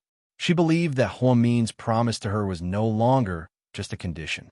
In order to treat Shui Shui's illness, she truly felt guilty towards I Yang and wanted to make it up to him. 3 hours later, the door to the operating room opened. How'd it go? Huamin walked up and asked the chief surgeon. It was very successful. He was sent to the ICU for 24 hours of observation, and there were no problems. Afterward, he has to stay in the ICU for about half a month to see if there are any signs of rejection. Okay, thank you for your hard work. Huamin and the other doctors nodded their heads and thanked them one by one. They all knew that she cared a lot about this child, so they all did their best. Shui Shui was then pushed into the ICU. The surgery was very successful. Now we just have to wait for the anesthesia to wear off, and he will wake up. Don't worry, Huamin said slowly as he comforted Xiaowan. Xiaowan looked at her youngest son through the glass and immediately let out a sigh of relief. It was as if a huge rock that had been weighing on her heart for many years had finally been lifted. She suddenly felt very relaxed. At this moment, she did something unexpected. She turned around, faced Huamin, and knelt down with a thump. Big Sister Xia, what are you doing? Huamin was shocked. Without waiting for Huamin to speak, she kowtowed 3 times to Huamin. Then she quickly got up and said, I'm a dumb person. I've never been to school, and I'm uncultured. I don't know what to say, but I'm very grateful to you. You saved Shui Shui's life. You're our benefactor. Sister Xia, I'm not as noble as you make me out to be. I have a condition for saving Shui Shui. I'm an I Yang. Huamin had never thought of himself as great, nor was he as enlightened as the Holy Mother. He would not immediately take care of a pitiful person, as if he was afraid that others would not know that he was a philanthropist. She did like Shui Shui because of I Yang. When GK was in a stalemate, I Yang gave up on Imperial Star and signed with GK. This incident was enough to engrave it in her heart. Therefore, she really wanted to help I Yang untie the knot in his heart. After she found Xia Wan and saw what happened, she couldn't just ignore it. However, she didn't do it to be a good person, that was for sure. I know. Even if you did it for Ni Yang's sake, I'm still grateful. Whether it's Ni Yang or Shui Shui, they're both my sons. You helped my sons, so you're my benefactor. I know you're rich and don't care about money. You don't have much use for me, but I want to say if I can't repay your kindness in this life, then in my next life, oh, okay, don't be a cow or a horse. Even TV dramas don't use these lines anymore, so stop saying them. Anyways, you can rest assured that Shui Shui is fine. You guys can stay in the hospital for now. Call me if you need anything. After he spoke, Huamin turned around and left. Xiaowan looked at Huamin's back and was very grateful. Sometimes, a person inadvertently appeared in one's life and changed one's tragic life. This saying was absolutely true when applied to Xiaowan, outside Southside's gynecology department. Hey, Dr. Hua? The gynecologists all greeted him. Huamin was promoted from head nurse to neurologist and got a perfect score on his exam. This news had spread all over Southside. Huamin was now a godlike existence at Southside. I want to get my body checked. What do you want to check? One of the doctors asked curiously. Chapter 821. This time, Huamin felt even more awkward. She really couldn't bring herself to say it in front of 3 or 4 gynecologists. Is it a gynecological disease? Seeing that she was embarrassed to speak, one of the doctors asked straightforwardly. Huamin quickly waved her hand. No. Then are you pregnant? Another doctor asked, knowing that Huamin was married. Huamin gritted her teeth and said directly, Actually, I wanted to get checked because I haven't been pregnant since I got married. Infertility? Huamin, Dr. Hua, come in first. Seeing how awkward Huamin was, a doctor let her in. How long have you been married? More than half a year. We got our marriage certificate in April. It's almost November now, Huamin replied. So short? That's fine. Under normal circumstances, we only diagnose infertility if you've been married for more than 1.5 to 2 years. But I'm not sure, so I wanted to get checked, haha. What about your husband? He needs to be checked as well. You can't be the only one. My husband has been checked, he's fine. I suspect it's my problem. Well, Huamin slowly said, oh, I see. Okay then, let's do a basic gynecological examination to see if your gynecological disease is serious. Then, we'll do a blood test to see the value of your uterus and your fallopian tubes. That one will hurt a little. Are you okay? No problem. Huamin nodded. Just like that. Huamin asked for a few hours off from Director Li and did a detailed examination in the gynecology department of the hospital. The final result was that there was no gynecological disease. It was clean. There was no problem with the blood test either. It was normal. The fallopian tubes were a little painful, and they couldn't use anesthetics. Huamin endured the pain and did it. The results were normal. Both fallopian tubes were unobstructed. Dr. Hua, there's nothing wrong with you. Everything is normal. Finally, the gynecologist did an ultrasound to check the condition of her uterus. How is it, Dr. Liu? He asked the slightly older and experienced Dr. Liu. She was a woman in her 40s and was a very nice person. The posterior position of the uterus. This is a little more difficult than the anterior position of the uterus. So I suggest that you put a pillow under your buttocks when you have sex in the future. This will help you get pregnant. Also, there's some blood clot in your uterus. It's a cold uterus. It's not easy for you to get pregnant, but it's not a big problem. You'd better take some Chinese medicine to recuperate. All right, I got it. Huamin nodded and walked out of the gynecology department with a heavy heart. When she was in university, she used cold water to wash her clothes in the winter. Huamin was a northerner. Every winter in Sea City, the lowest temperature was minus 20 degrees Celsius. It wasn't convenient to boil water in school, so she might have caught a cold after using cold water for a long time. But as long as it wasn't too serious, it wouldn't be a problem. After the fallopian tubes were flushed, her entire lower abdomen was swollen and painful. Huamin walked very slowly. She took the test report and slowly returned to her office. She didn't look well either. It wasn't easy for a woman to get pregnant. With the increasing use of chemical pesticides on fruits and vegetables, many couples didn't have babies. Some even wanted to try IVF, The only place in the city that could do IVF was Southside Recuperation Center. The price was as high as 100,000 yuan. It was said that the success rate was 55%, which was already very high.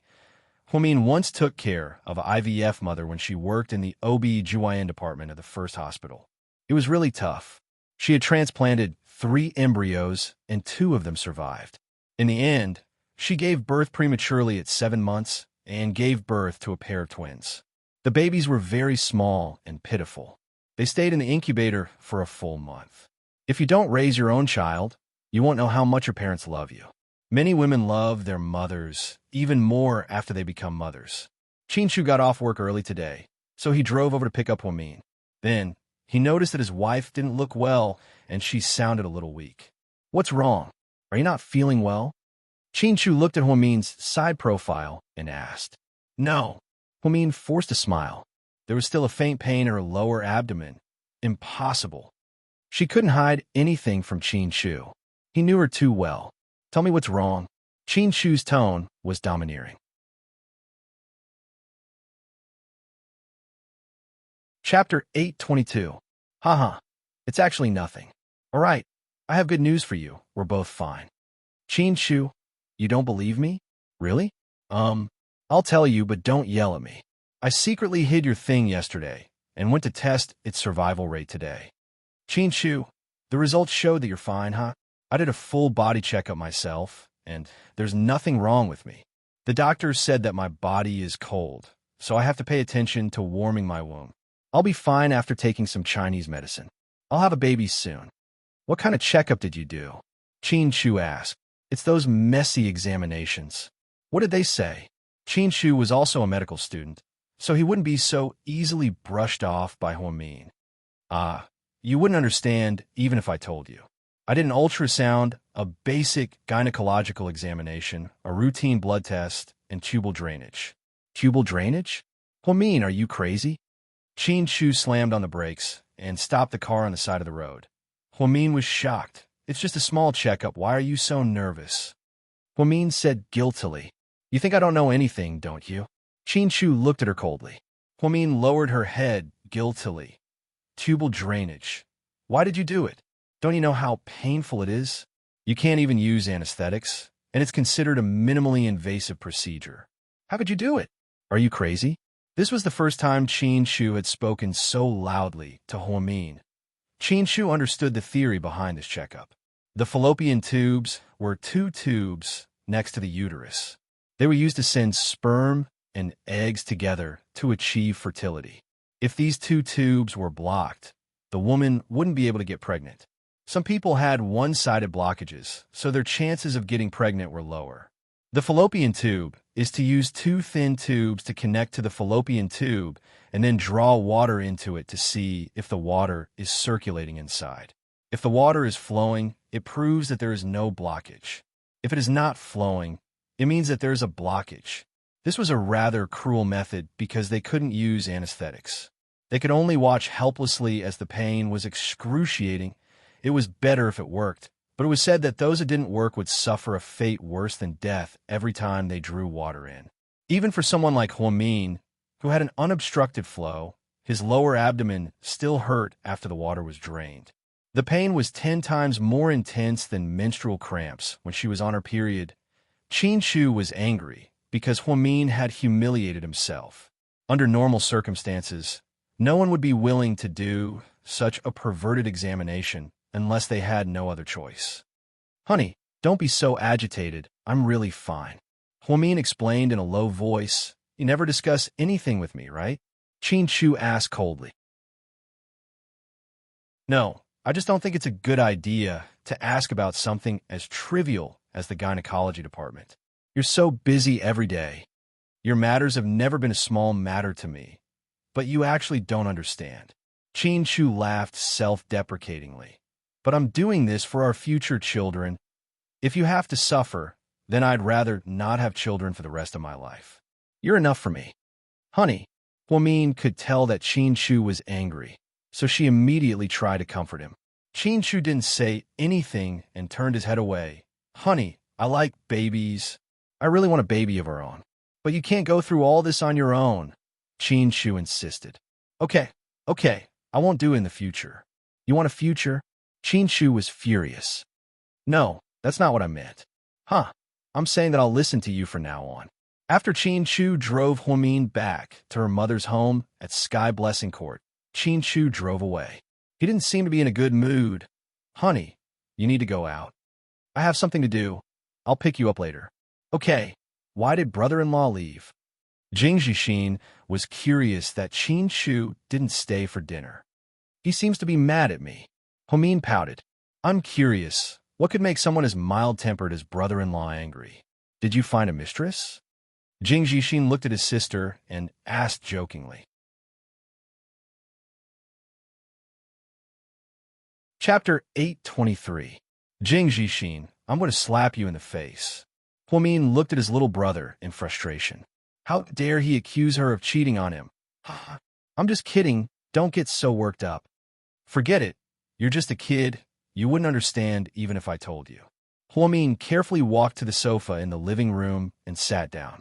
At that moment, his mother walked out of the kitchen and prepared a bowl of sweet soup for Huomin. Mom, we're done with the checkup. We're fine. You don't have to worry about us, Huomin said as he held onto the bowl of soup. Did you get the checkup today? Yang Meiyerong was very happy. Huomin nodded. Yeah, my body is a little cold, so they said I'll be fine after taking some Chinese medicine. Chinese medicine. That's easy. You're Annie Wu, and I used to go to a Chinese medicine doctor. It's passed down from generation to generation. They're really good. All 3 generations of their family are Chinese medicine doctors, and the oldest one is 80 years old. They're really good at reading pulses. I heard that they can tell the gender of a 2-month pregnant woman. Mom, what day and age are we living in? You still believe in that? Huomin couldn't help but laugh. It's true. I've been there already. Your Annie Wu's myocardial ischemia was cured there. Anyway, don't worry. I'll go get you some Chinese medicine when you get some rest. Mom, I'm a doctor too. If you have a cold wound, you can just eat some brown sugar, longan, and lotus seeds. It's called diet therapy. I don't want to eat Chinese medicine right now. It tastes awful, huh? Even if it tastes awful, you still have to eat it. It's a deal then. Before Huomin could say anything, her mother already made the decision for her. Qin Shu drove straight to Seductive Fox. The truth was, he was going to eat with Huomin before going to find Rick. However, his wife's methods were truly infuriating. She actually did such a cruel checkup on Huomian's fallopian tubes. Looking at her weak and pale face, Qin Shu's heart ached. He didn't want to stay by her side for a second longer. So, he decided to talk to Rick about it. Qin Shu's Maybach was parked downstairs. He was seen by Tang Chuan, Su Yu, and the others who came to drink. Ever since Wei Liao got together with Jiang Xiaowei, Wei Liao's upbringing was very strict. Wei Liao basically didn't participate in this kind of eating, drinking, and fooling around. Su Yu rarely came out. This time, it was Tang Chuan who came back from abroad and brought a few friends over to have some fun. It seems to be Qin Shu's car. Hearing Tang Chuan's words, Su Yu glanced at the Maybach but did not react. So he likes this kind of place too. Huh, I thought he was some kind of gentleman. Next time I see Huomin, I'm going to tell on him. I'm going to show her that her husband would go to this kind of place behind her back. Qin Shu has a close relationship with the boss of Seductive Fox. Don't worry about it. They're probably here to talk business. Su Yu said word by word. Bullshit. What kind of business can they talk about here? They're obviously here to drink and drink. Tang Chuan smiled. He went to a private room on the top floor with Su Yu and the others. Qin Shu sat in the VIP lounge and drank tea with Rick. Although Rick was of mixed French and Chinese descent, he had been here for many years and was very knowledgeable about China. She liked eating Chinese food and drinking tea. She also spoke Chinese very well. She could even understand idioms like baring fangs and brandishing claws. Rick, you don't have to look into it anymore. What's wrong? Rick looked at Qin Shu. I'll look into it myself.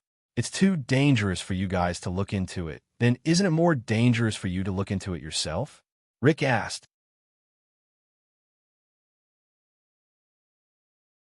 Chapter 824. No. If there was, we wouldn't have been able to escape unscathed last time.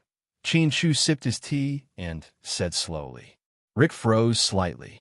Then he looked at Chin Shu and said, "You mean it didn't do anything because it was you guys?" "That's probably it. I don't know if they were worried about Mion or me. I also don't know why they stopped us from investigating the truth. This is too weird. Even the local gangsters don't want me to do anything. I don't think it's that simple either. This case involves a lot of things, including Mion's birth, the fire at the hospital, and Uncle Yang's death. It's all very strange. Plus, this is a case from many years ago, and a lot of people are involved. So, I've decided that even if your people go, they'll just die. They won't be able to find anything, so I might as well do it myself. But it's still very dangerous." Rick was a bit worried. No matter what, I have to help Mion find her family. But what if her family doesn't want to find her? What should we do? Have you thought about it? Rick's words stunned Chin Shu. Yeah, they had ignored this problem. Huamin really wanted to find her biological parents. But what if her parents didn't want to find her at all? Then, what was the point of finding them? What if they were a selfish person like Hua Zhenghai? Wouldn't that break Huamin's heart? Let's leave it at that for now. Chin Shu was a bit tired, so he leaned back on the sofa and closed his eyes. "Chin, you're different from when you were in the States. You're different." "How am I different?" Chin Shu didn't open his eyes. "Back in the States, you were cold and heartless. My brother said that you were born to be a killer. You had no flaws, but now I realize that you have too many flaws. One Huamin is enough to kill you 100 times over." Rick was right. If anyone wanted to deal with Chin Shu, they could just capture Huamin. "There's nothing wrong with having flaws," Chin Shu slowly said. "Your eyes are filled with undetectable emotions, especially when Huamin is by your side. It seems like you really love her. Huamin is my life. Without her, I can't live." Rick knew what Chin Shu meant. Huamin was Chin Shu's life support. Without Huamin, Chin Shu's life. Actually, this is pretty good. Sometimes I envy you. Rick smiled. You to meet someone like that. Don't. In my line of work, it's all about fighting and killing. I can lose my life at any moment. If I meet such a person, I'll only risk my life with him. SSSSS to TSS to gives. That's. After speaking, Rick and Chin Shu looked at each other and smiled. When Chin Shu left Seductive Fox, he was going to pick up Huamin from Sky Blessing Court. However, to his surprise, he received a call from Song Yishur. "What's up?" "Mama Chin can be discharged. She said she's bored here and wants to go home. Can you come visit her?" Song Yishur almost said, "She's your mom, not mine. Shouldn't you come visit her?" "Okay." After replying with 3 simple words, Chin Shu drove to the first hospital. Song Yishur had already finished the discharge procedures. Sure paid for everything. I told her to use my card, but she wouldn't. "Chu, you have to thank Sure. Lady Chin was smart today. Instead of scolding Huamin, she told Chin Shu to focus on Song Yishur. "How much is it? I'll transfer it to you right now." Chin Shu took out his phone. "It's okay. Mrs. Chin treats me so well. This small amount of money is nothing." Of course, Song Yishur wouldn't accept it. "Send me your bank account number. I don't like owing people favors," Chin Shu said faintly. Song Yishur was slightly taken aback. "Chu, how can you say that? Sure isn't an outsider." Lady Chin was clearly unhappy with her son's coldness. "It's okay, Mama Chin, I don't mind." Song Yishur smiled gently. "Bank account." Chin Shu looked at her and repeated, "Do we really have to be like this?" Song Yishur was a little disappointed. Chapter 825. Chin Shu didn't say anything, however, his aura did make her feel pressured. In the end, upon seeing Chin Shu's insistence, Song Yishur had no choice but to send her bank account number to Chin Shu. "How much did you spend?" "Less than 80,000 yuan, Song Yishur said in a low voice. 10 seconds later, there was a ding. Song Yishur received a bank notification on her cell phone. "Why did you give me so much?" Song Yishur looked up at Chin Shu when she saw the 100,000 yuan transfer. "Thank you for taking care of me for the past few days." "So, is the extra money a service fee?" Song Yishur smiled bitterly. Chin Shu remained silent. Sure. Since Chu is giving it to you, you should take it. Just think of it as a gift from him. It'd be a waste not to take it. Lady Qin tried to smooth things over. Let's go. Qin Shu picked up his mother and carefully placed her in the wheelchair. Then, the three of them went downstairs together. When they arrived at the Qin manor, the maids began preparing dinner. However, Qin Shu stood up to leave. Son, aren't you going to eat? Lady Qin yelled. No, I'm going to pick Mian up. Lady Qin's face immediately darkened upon hearing the words Huamin. Song Yishur, on the other hand, stood up and said, I'll drive you home. I have something to talk to you about. Okay. Qin Shu nodded and walked out the door with Song Yishur following behind him. I didn't take good care of Huamin at the party that day. I'm sorry that he got hurt. That's not your fault. My two friends were a little arrogant. They didn't mean to pick on Huamin. There might have been some misunderstanding, but they did accidentally hurt Huamin. I sincerely apologize to Huamin on their behalf. It's all in the past. Don't mention it. Qin Shu rarely spoke nonsense, especially to people who had nothing to do with him. Is there anything else? Qin Shu looked at his watch. It was getting late. He still missed Huamin. Also, the other day, don't think too much about what I said. Huh, I heard it for someone else.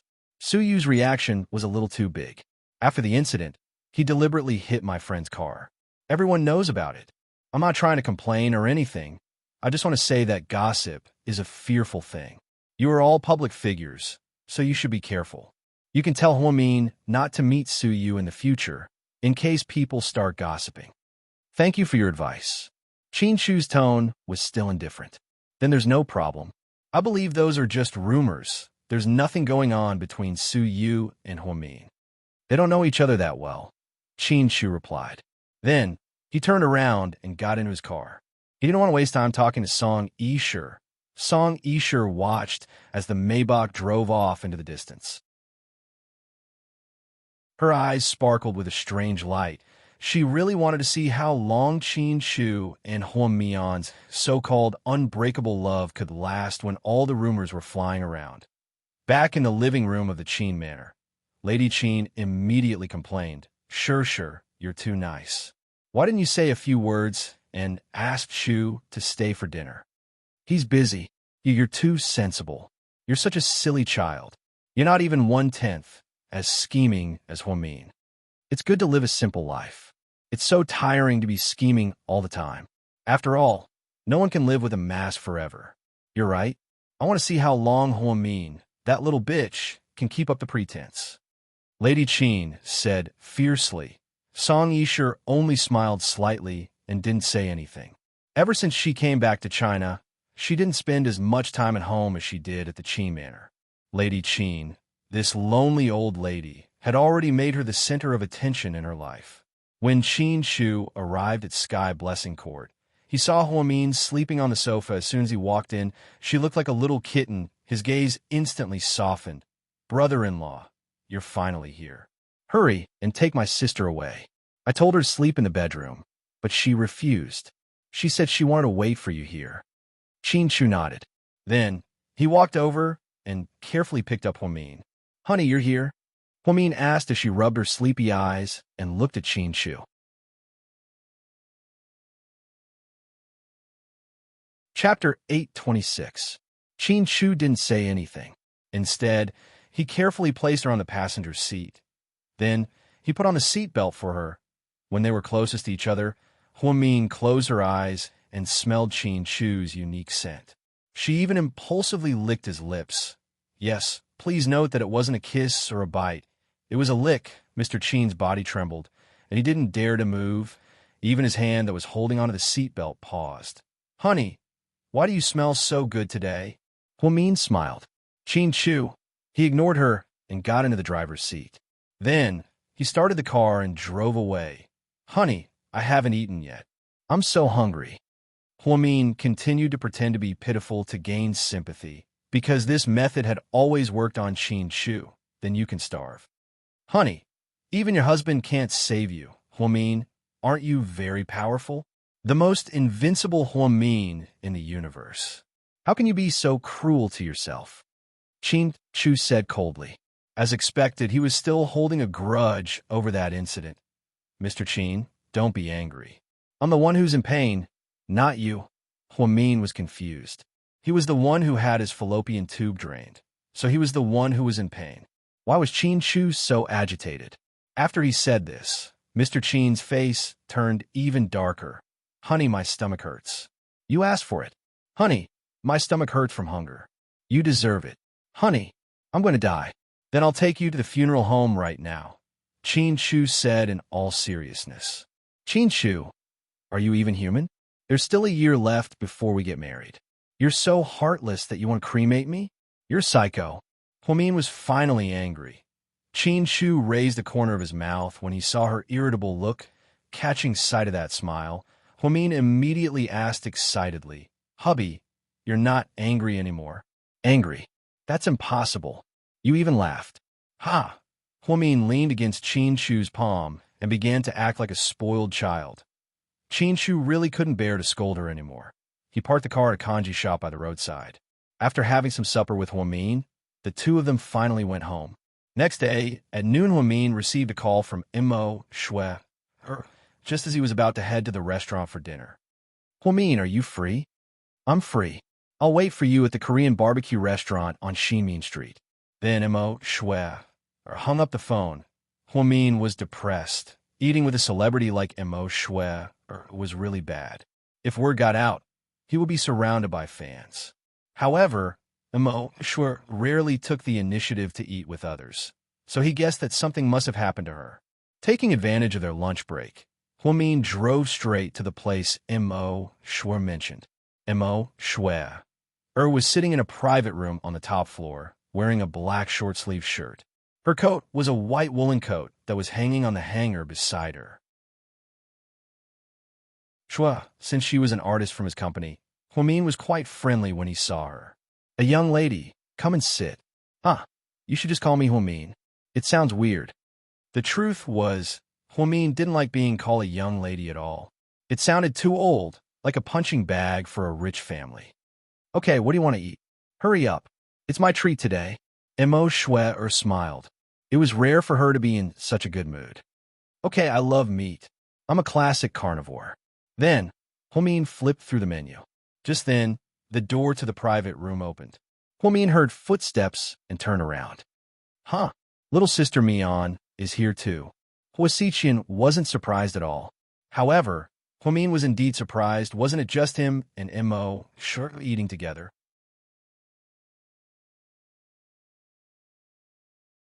Chapter 827. Huomin, I also invited your older brother. You don't mind, do you? Immerse asked with a smile. Of course, I don't mind. Huomin smiled as well. She finally understood that this wasn't just a simple meal. Huomin really thought too much of Immerse. Huasiqian, on the other hand, was very generous. He walked in and sat right next to Immerse. Then, he intimately kissed her cheek, treating Huomin as if he was invisible. I'm the host today. You guys order whatever you want. Immerse was very generous. Huasiqian looked up at Huomin and said, Mian can order whatever she wants. I'll eat whatever she wants. Huomin didn't say anything. He just looked down at the menu. Then he reached out his hand and called the waiter over. Give me this barbecue, pork belly, enoki mushrooms, squid, and chicken feet. All right, and this pork tendon and vegetable combo. What about drinks? Mineral water. Then I want mineral water too. Huasiqian was like a child. You're not drinking today? Immerse looked at Huasiqian and asked. Nope, I have a meeting at the company in the afternoon. After ordering, the three of them sat across from each other. It was actually quite awkward. If it was just Huasiqian and Huomin, it wouldn't be so awkward. However, with Immerse, who he wasn't very familiar with, it was a bit awkward. Sure, how's your work these days? MHM, thanks to President Qin's care, my jobs have been pretty good, and they're all top-notch. Oh, Huomin nodded, but he suddenly didn't know what to say. Huasiqian, on the other hand, poured himself a glass of mineral water, looked at Huomin, and said, You've successfully become a doctor, but you didn't treat me to a meal. Let me congratulate you today. Thank you. Huomin, you're a doctor now? Immerse was surprised. Yes, I had an exam a few days ago. I didn't even know about something this big. Mr. Huasure is well informed. Immerse or looked at Hua Xiqian meaningfully. Of course, how can I not pay attention to my own sister? Take Hua Yin, for example. I know how many overdraft cards she spends every month. Did you notice, Mr. Hua? My eyes look like Hua Min's. Mo Shui said with a smile. Hua Min touched his own face curiously and looked at Mo Shui. He really didn't think they looked alike. He didn't know why she said that. Really? Why don't I feel anything? Hua Xiqian kept smiling. But a lot of people are saying, ever since I came to GK, more and more people are saying that I look like a young lady. I'm honored. I'm not as good looking as you are. You're flattering me. Hua Min took a sip of water. No way. You must be extraordinary. Otherwise, how could President Qin be a henkan? Henkan. It was the first time Hua Min heard this term, and it was used to describe Qin Chu. Yeah, a few of us artists at GK sometimes say that President Qin is a henkan. Last time, the reimbursement bill was so ridiculous, but because you agreed to it, President Qin signed it without hesitation. It's obvious how much he loves you. Upon hearing Mo Shui's words, Hua Min felt a little embarrassed. That brother-in-law of mine. That's true. But then again, any man who marries my little sister must be very lucky. How could he not treat her well? I told you that you treat Hua Min much better than Hua Yin, right? You're such a biased brother. Mo Shui interrupted. Hua Min looked up at Hua Xiqian and felt that he was looking at him with a complicated expression.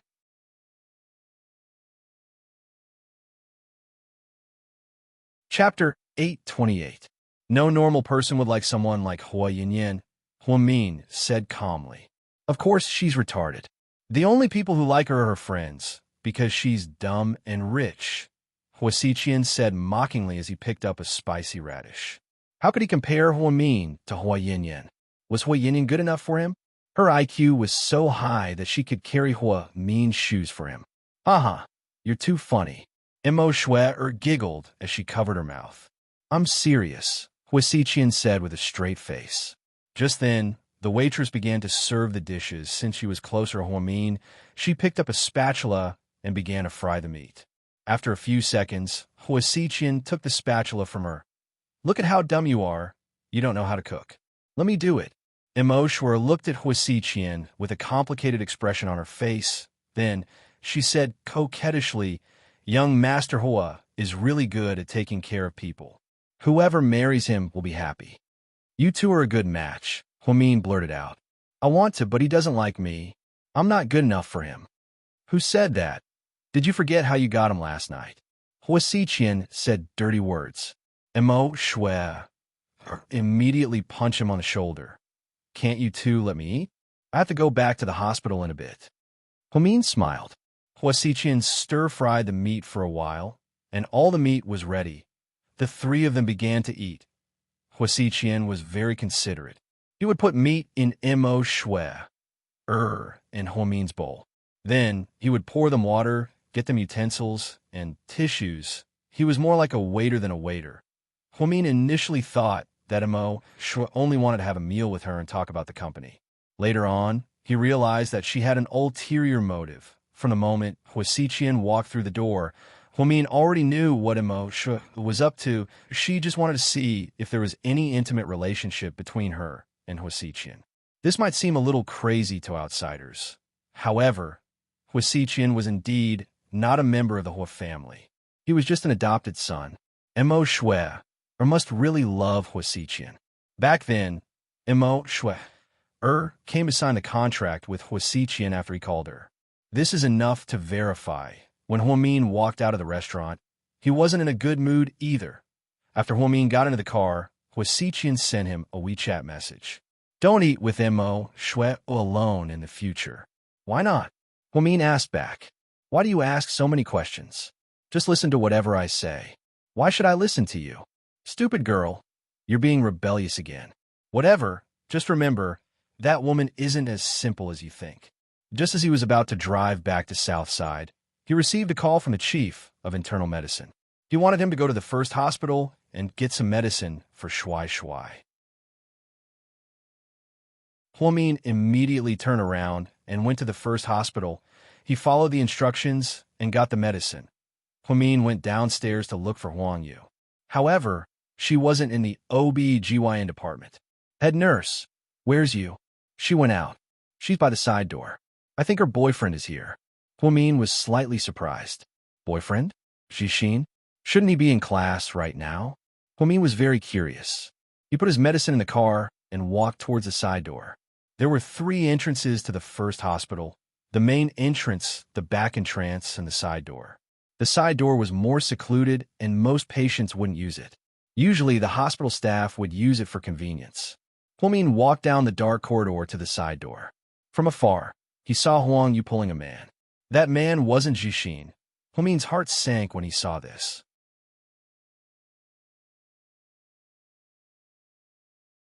Chapter 829. What's the point of working at this shitty job? How much do you get paid per month? I told you that I'll take care of you. Why don't you know what's good for you? So many women wanting to take care of them, but I refuse. You really don't know what's good for you. Let go of me. I have to go to work. Don't come looking for me at work again. Huang Yu seemed to dislike men. What? You're scared that your pretty boy student will see you? The man laughed disgustingly. He was a man with tattoos on his arms. It was a cold day, yet he was wearing sleeves. What psycho? His hair was slightly long, his eyes were small, his nose was big, and his mouth was ugly. He looked like he was in his 30s. Huamin couldn't imagine how Huang Yu got involved with someone like him. He was the epitome of a scumbag. Don't talk nonsense. Hurry up and leave. Don't let anyone see us. I don't want anyone to talk about us like that. Huang Yu reached out and pushed the man away. The man turned around and slapped Huang Yu. Bitch, you weren't so impatient to chase me away when you were in my bed. I haven't hit you for a few days, so you're going to give me some face, right? I was kind enough to take you out for lunch, but you fucking pulled a long face at me. That's why I say you women are so cheap. I just didn't do you well enough. The man's mouth was full of profanity, and he even slapped Huang Yu. Huamin, who wasn't far behind them, couldn't take it anymore. She walked out from the corner and blocked the man's hand that was about to fall again. Huang Yu was a coward. She was so scared that she tilted her head. She didn't even dare to fight back. Scumbag, stop right now. Huamin cursed. Who the fuck are you? Senior sister. Why are you here? Huang Yu suddenly looked up when she heard the voice. When she saw Huamin, she was shocked. If I didn't come to find you, I wouldn't be able to see this amazing scene. Huamin looked coldly at Huang Yu and said, Senior sister, I'm so sorry for you and Jixin. Huang Yu began to cry. Don't talk first. We'll talk later. With that, Huamin walked over and kicked the man's lower body. Huamin had perfected this end of posterity kick. Ah, you stinking woman, you dare to kick me. Do you know who I am? Even if your father is Sun Wukong, I'll still kick him. Let me tell you, men who hit women are all fucking cowards. If you're so capable, go to Iraq and help. What's the point of hitting women here, you idiot? This was the first time in his life that Huamin had cursed so intensely. Simply, her feelings could no longer be described as anger. With that, Huamin turned around, grabbed Huang Yu's hand, and started walking back. Little bitch, you just wait and see how I'll deal with you later. The man yelled behind them as he held on to his crotch. Huang Yu didn't say anything the whole way. She just cried. Huamin dragged her to a remote rooftop in the hospital. Then, he suddenly let go. Tell me what happened. Huamin crossed his arms and looked at Huang Yu with a serious expression. She never thought that one day, Huang Yu would date another man behind Jixin's back. Plus, that man wasn't even as handsome as Jixin. He was old, ugly, and had tattoos all over his body. Senior sister, I didn't want it to be like this. I really didn't mean to lie to you and Jixin. I had no choice. Huang Yu cried incoherently. Perhaps she didn't expect Huamin to encounter something like this. Tell me one thing at a time. First, tell me, who is that man? What's his relationship with you? Huamin looked coldly at Huang Yu.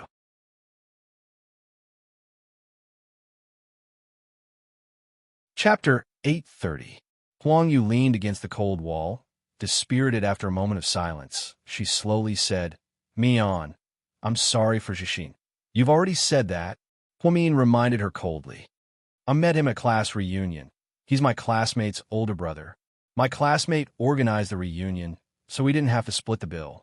There were a lot of people, so I went. I didn't expect. I drank too much and then I slept with him.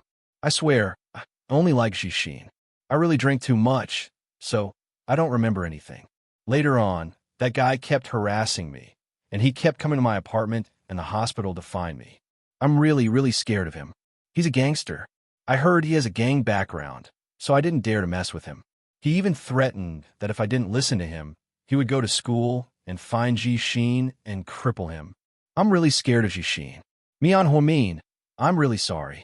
I didn't dare to tell you guys because I was scared that you guys would look down on me, and I was scared that Jishin wouldn't be able to take it. Huang Yu cried as she spoke, and it didn't seem like she was faking it. Huamin sighed slightly when he heard what she said. Why didn't you tell me earlier? I didn't dare. That guy is too scary. I didn't want to drag you guys down. Really, you guys don't know how much of a scumbag he is. He's capable of doing anything. Huang Yu was a little white rabbit who had never come into contact with someone like that, so she was really scared. Therefore, she chose to remain silent and swallow her anger.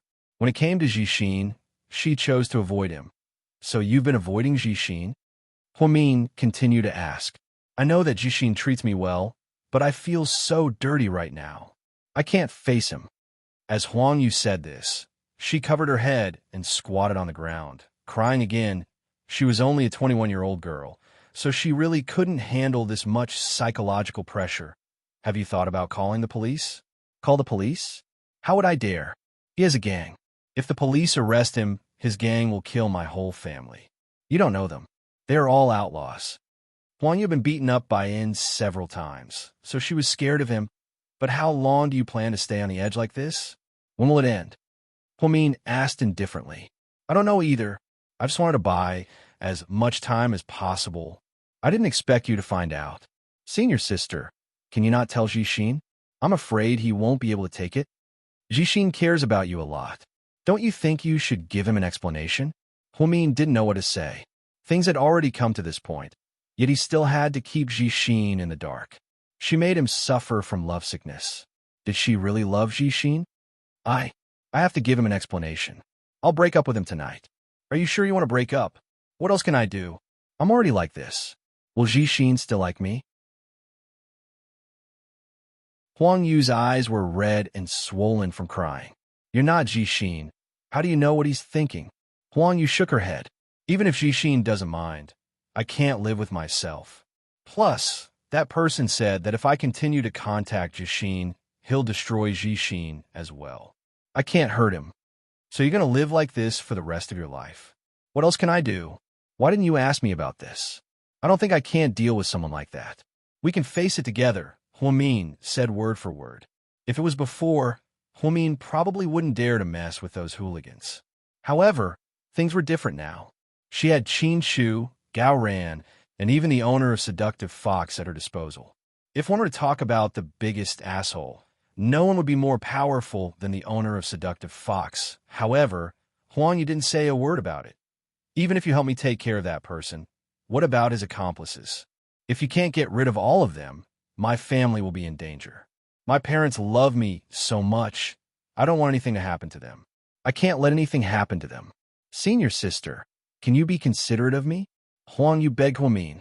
She didn't even want Huamin to help her out. Her way of dealing with things was really ridiculous. So, you don't want me to help you, right? Huamin looked at Huang Yu with disappointment.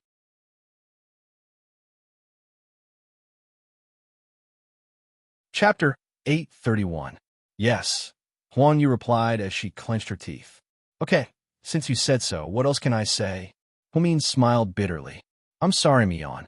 I know you're good to me, but I have too many concerns. No, you're not sorry at all. You're sorry for Jishin. I didn't want you guys to be together back then because you were both too young and didn't know how to handle things properly. It was inevitable that you guys would hurt each other. But Jishin loves you deeply, and as his older sister, I don't want to be the person who breaks you up. Since things have come to this, I don't blame you. I just hope that you don't drag this out. If you want to break up, just tell him.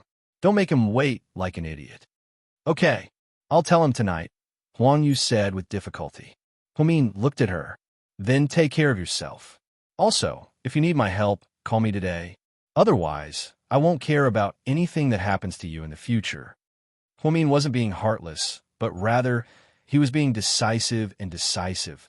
One had to be decisive and decisive. Huan Yu was afraid of offending that hooligan today, so she refused to let Huamin help her.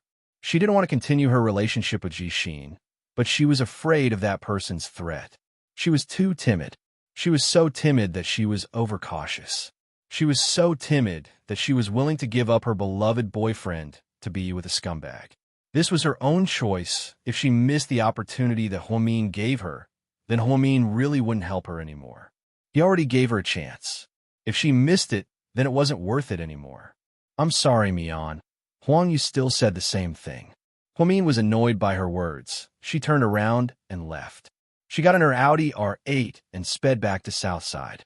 She delivered the medicine to Shuai's attending physician and then went back to her office to organize her documents. Dr. Hua, someone booked your appointment. Do you want to continue? The assistant nurse asked. Huamin looked down at the time and nodded. Take this one. Okay. Then, the nurse brought the patient in. What's the situation? Huamin looked at the data on the computer and asked in a low voice. The person remained silent. Why are you? Huamin raised his head and was about to scold her when he was stunned. To her surprise, she realized that the person who had arrived was none other than Ning Yuan. Why are you here? Mian, you're a doctor now, congratulations. Ning Yuan looked very haggard. His beard was unkempt, and the jacket he wore was a little old. He didn't seem to be doing too well. Thank you, Huamin said lightly. My parents came to look for you a few days ago, right? Yes, they couldn't find you, so they found me. Yeah, I called them later. Thank you for taking care of them for me and giving them money. No need. They treat me very well, too. I treat them like family. Huamin's heart still ached when he thought of the sincere old couple. It was fired by President Wu after I divorced with Xiaoxua. I heard that it was because you made a mistake during a cataract surgery, Huamin said as he stared at him. Ning Yuan nodded. I was very confused at the time. I don't know why, but I couldn't concentrate. After I left the first hospital, I started seeing patients at a small private hospital. Where are you living? Annie Ning said that you rented out that apartment. Yeah, I'm living in the dorm provided by the hospital. It saves money that way. Oh, Huamin nodded. I haven't been feeling very well lately. Can you prescribe me some medicine? Ning Yuan suddenly said, you can't rely on medicine. You have to adjust your mentality. As a doctor, you should know this. Huamin didn't want to hurt him. Many of the medicine that suppressed one's mental state would make them look very stupid. Can you lend me some money? I'm a little short on money lately, Ning Yuan suddenly said.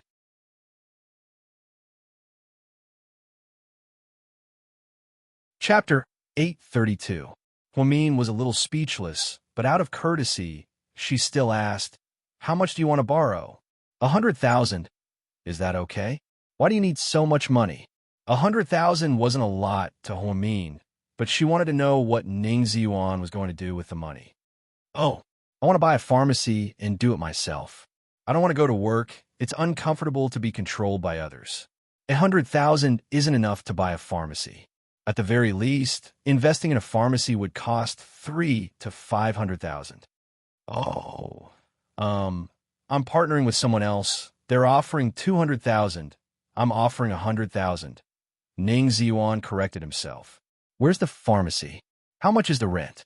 Do you have all the documents? Who's the legal person? Huamin threw out several questions in a row. Ning Yuan was stunned by the questions. Huamin was a typical Virgo. She was very meticulous. She thought that if Ning Yuan was telling the truth, then she could lend him 100,000. But seeing how he stuttered and evasive his answers, something didn't feel right. I'm not sure either. My friend did it. There are a lot of scammers these days. You should ask them clearly. Can you give me 100,000 now? I'll definitely pay you back when I have the money. Ning Yuan said anxiously, sure. I'll say it again. I'll lend you the money if you provide me with the details. I only help the needy, not the poor. If you want to squander the money, no one can help you. Huamian enunciated each and every word. Fine, I admit that I lied to you. I didn't open a pharmacy. I just don't have the money to spend. You're my ex-girlfriend. Can't you help me? Isn't Qin Chu really rich? He even bought you a mansion and a mansion. You guys spent over 100 million on an anniversary celebration. Why is it so hard to give me some money? Ning Xuan seemed to be filled with resentment. Huamin was shocked by him. What you mean is that those poor people can ask the rich for money if they have no money, and it's wrong if they don't give it to them. Huamin laughed mockingly. But aren't we friends? Isn't it normal to help a friend? Ning Xuan spoke matter-of-factly. Really? Since we're friends, why didn't you help me when I was so anxious to find you when Ji Xin was in a car accident? Huamin smiled. If I help you, Qin Chu won't have anything to do with it. After all, he has to thank you and let you go. Ning Xuan said shamelessly. Huamin wanted to curse out loud. It's time for the diagnosis. You can leave. I have nothing to say to you. You won't lend me the money, right? Yes. Huamin nodded. Good. Very good. Huamin, just you wait. You'll get your retribution. Ning Xuan said viciously. You're wrong. Only evil people get their retribution. Huamin, have been honest for the past 24 years. I've never done anything wrong. Why would I get my retribution? Oh, really? Then why don't you have children after being married for so long? Ning Xuan laughed viciously. Huamin's face instantly turned pale. What?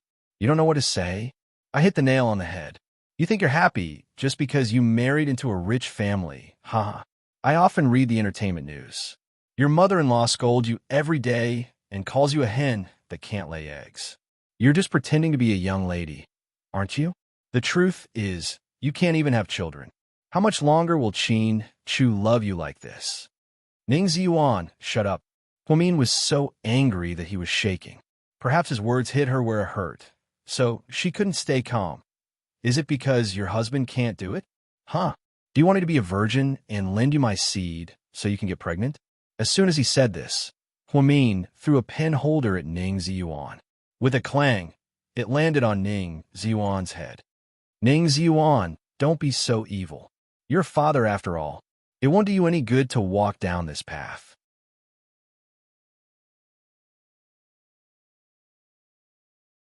Chapter 833. You don't have to be so cocky with me. Huamin, I'll wait. Even if I have to live my life, I want to see the day you get stepped on. After speaking, Ning Xuan left with his head in his hands. Huamin was so angry that her face turned ugly. Not having children seemed to be a sore point for her. However, she didn't want to do this either. Ning Xuan had spoken so viciously because he failed to borrow money from her. She was speechless. Did couples have to fight when they saw each other again after breaking up? Huamin was restless the entire afternoon. Ji Xin's incident and Ning Xuan's incident made her feel double the pressure.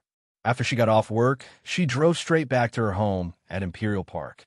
Then, she fell into a deep sleep she didn't even know when Qin Chu came home. Honey, it's time to eat. Don't sleep. Qin Chu made a few calls, but Huamin didn't hear them because her ringtone was turned down.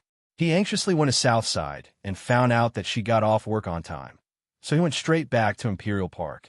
When he saw Huamin's Audi downstairs, he knew that she must be upstairs. I don't want to eat, you eat. Huamin's voice was very quiet. Qin Chu felt that something was wrong. He leaned down and touched her forehead with his lips. Only then did he realize that she was shockingly hot. You have a fever. You didn't even know you were still sleeping. Heartbroken, Qin Chu picked her up from the bed, wrapped her in a blanket, and carried her upstairs to the sofa. Then he took out an electronic thermometer to measure her temperature, 39.6. Huamin, that's enough. Qin Chu looked at the thermometer, his face turning dark. Normal people wouldn't be able to take it. How could she not have a reaction? She was a doctor. How could she not know common sense? Huamin only felt uncomfortable all over. Then, she felt sleepy and wanted to sleep. She really didn't notice that she had such a high fever. Qin Chu took out the fever medicine from the first aid kit and poured a cup of warm water for her to take. Then, he hugged her in his arms and pressed his face against hers with heartache. Why do you have a fever out of nowhere? Maybe he caught a cold, Huamin said in a daze. Idiot, you don't even know that you're sick. You're the biggest idiot in the world. What if I don't know how to find you? If you continue burning, won't your brain be fried? That's good. then I can quietly be an idiot. Then I can stay by your side and let you take care of me for the rest of my life. Huamin rubbed his warm face against Qin Chu's chiseled chin. Qin Chu's heart ached as he hugged her tightly. Fortunately, the medicine worked well, and after half an hour, Huamian's fever subsided. Qin Chu used a towel to apply ice to her forehead. He let her rest her head on his lap. Just then, Huamin's phone rang. Qin Chu saw that it was his mother, so he picked it up. "Andy, where's Mian?" Yang Meiyerong asked. "She's here. Give her the phone." Yang Meiyerong seemed a little anxious. Qin Chu handed the phone to Huamin, and Huamin picked it up in a daze. "Mian, Mom, what's wrong? Come back quickly." I don't know what's wrong with Jixin, but he didn't eat or drink when he got home. He locked himself in his room and didn't open the door even when I knocked. "Okay, I'll be right back." Only then did Huamin remember that Huang Yu might have told Jixin about the breakup. So, she forced herself to stay awake. "Where are you going?" "Jixin, there's some trouble over there. I have to go back and check on him. Let's go together." Qin Chu knew that Huamin had to go, so he didn't stop her. Instead, he drove her to Sky Blessing Court. "You guys are finally here. Go and see that kid. He's acting weird today. He didn't say anything to me." Yang Meiyerong was very anxious.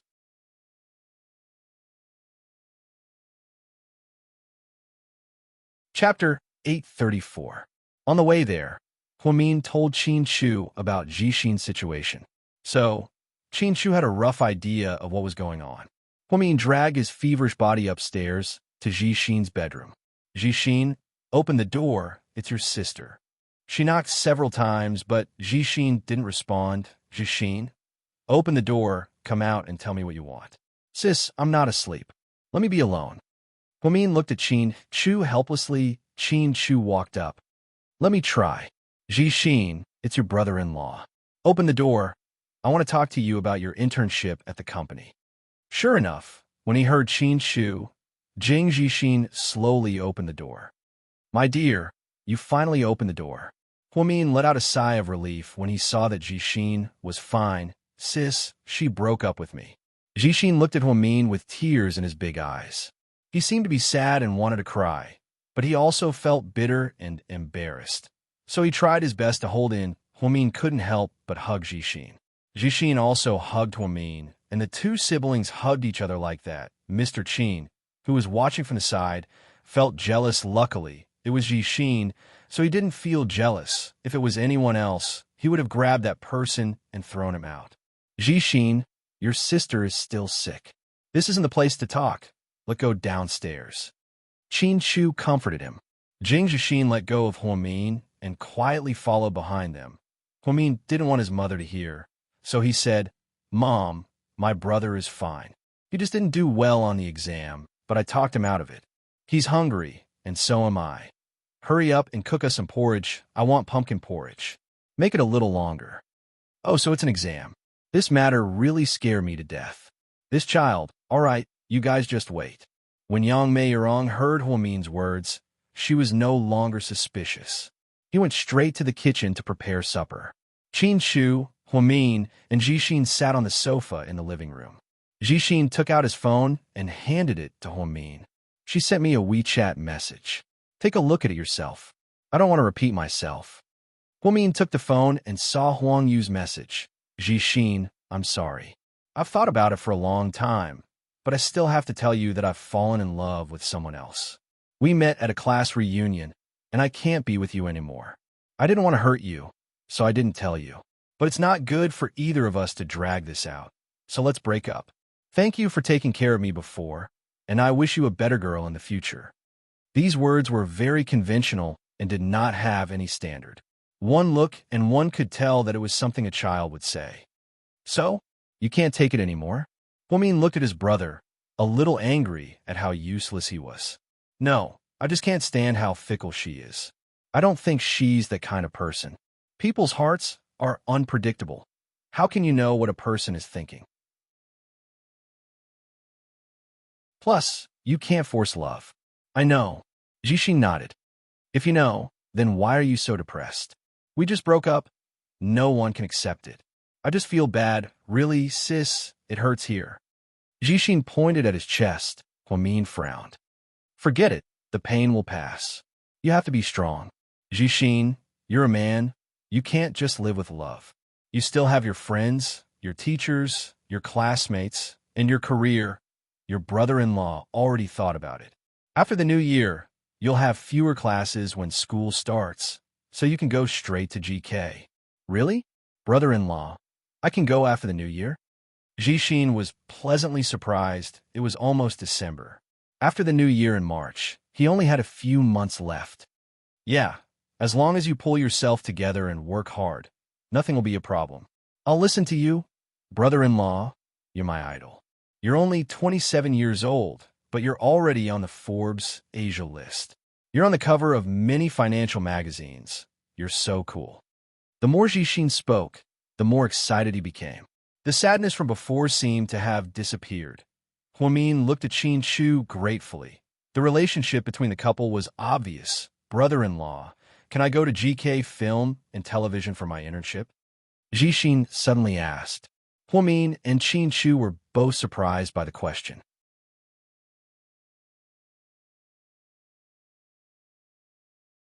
Chapter 835. Why do you want to go to GK Film and Television? Huamin asked, confused. Because I really like Mo, Shui, Qin Chu. Huamin, you're a fan of celebrities? Huamin was completely speechless.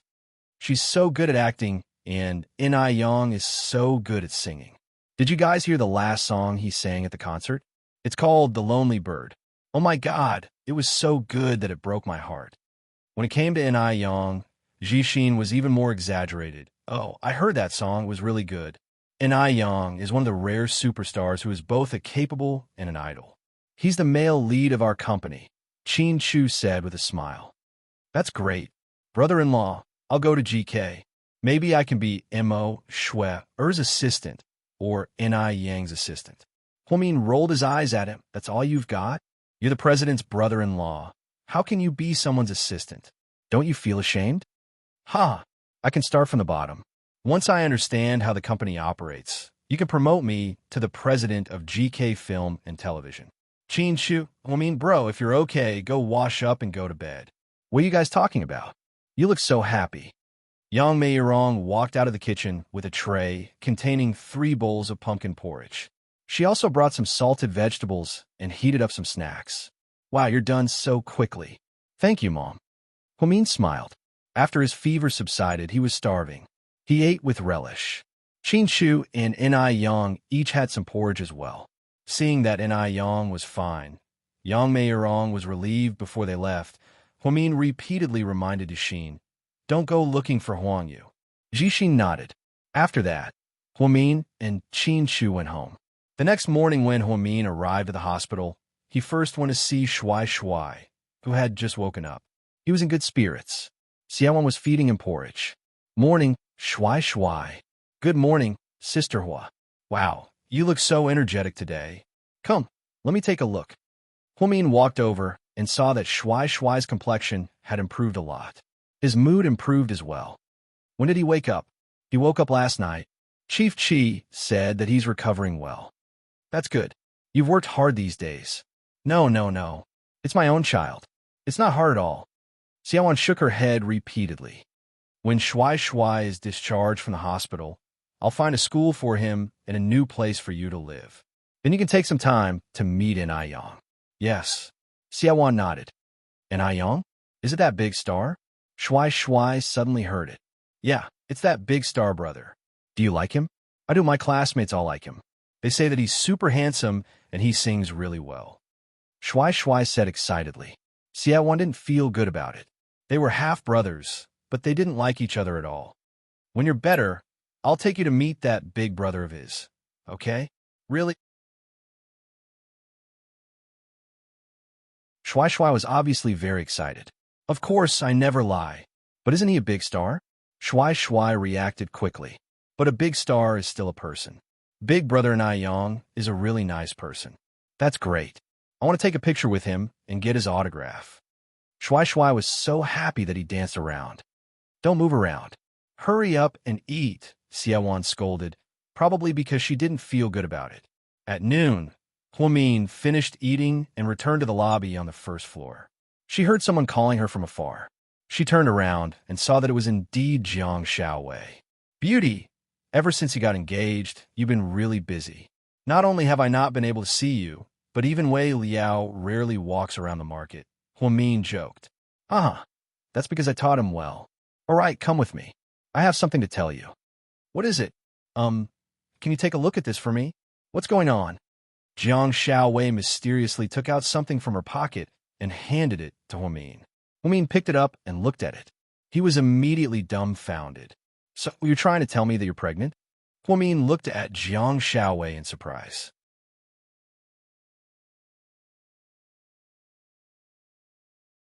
Chapter 836. Pregnant? Oh my God, are you kidding me? Jiang Xiaowei was going crazy. Sis, this is an early pregnancy test. There are 2 lines. The second line isn't that obvious, right? How can you be sure that I'm pregnant? Jiang Xiaowei was speechless. She and Wei Liao had only been together for a short while. It hadn't even been 20 days since they started living together. When she woke up this morning, she realized that her period, which was usually punctual, was late. Therefore, she bought an early pregnancy test, but in the end, it should be. Huamin nodded. Oh my God, what should I do now? Jiang Xiaowei didn't seem ready. Sis, this is a good thing, okay? Why do you look like you hate him so much? Huamin couldn't be more envious. How great would it be if he was her good thing? What's good about it? Who knows what will happen between us in the future? Plus, I'm not prepared for this. If you're not mentally prepared, you should use some protection, sis. Jiang Xiaowei was a straight-A student with a Ph.D. in psychology. How come she didn't even know this basic knowledge? I did. I was drunk one day, and he was impulsive. It didn't work. It was just that one time. This thing can be so magical sometimes. Huamin quietly replied, Can you be sure that I'm pregnant? After all, it's only been 10 days. It can't be that weird, right? Jiang Xiaowei still couldn't believe it. There's another way. You can come with me to the OB/GYN to get your blood drawn and test your progesterone level. Then, everything will be fine. Okay, let's go. Take me there. Before Huamin could say anything, Jiang Xiaowei pushed her into the OB/GYN. Upstairs in the OB/GYN, Huamin accompanied Jiang Xiaowei to get her blood drawn. Then he asked his colleagues in the lab to get the results as soon as possible. 40 minutes later, Jiang Xiaowei held the test results with a bitter expression on her face. This child is too fucking unexpected. It's fate that it's here. You're not planning to abort it, are you? I do have that thought. No, give birth to it and let me raise it. You can't abort it. The child is a life, Huamin said pitifully. I'm just kidding. I think they'll be happy that I don't have parents. Also, the Wei family. They don't like me because I'm too direct with my words. But I don't like them either. Now that I'm pregnant, it's a good chance to make them talk. That's right. Since you plan to be with Wei Liao, you must keep the child. Wait for me to go back and see his reaction. In fact, Jiang Xiaowei was quite uncertain. Usually, when a man's relationship wasn't stable, he didn't like his girlfriend to be pregnant.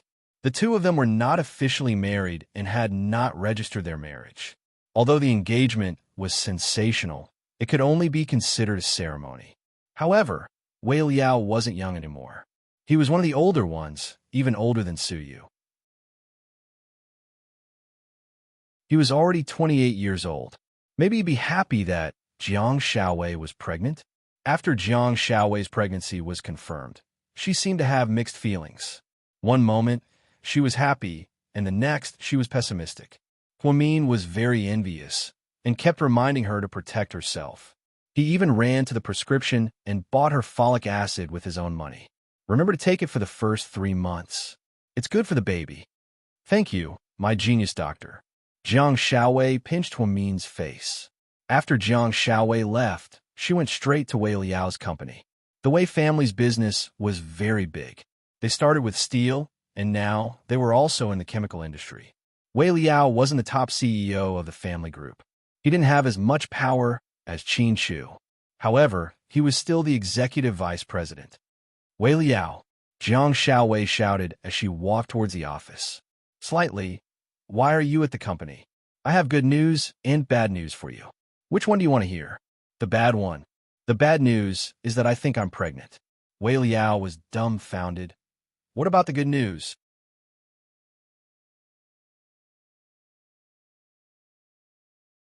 Chapter 837.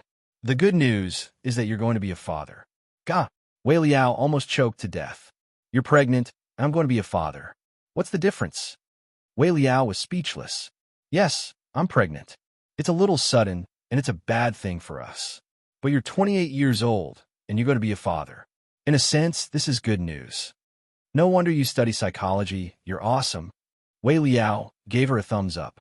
Cut the crap. You made me pregnant. What do we do now? Abort and break up? Or?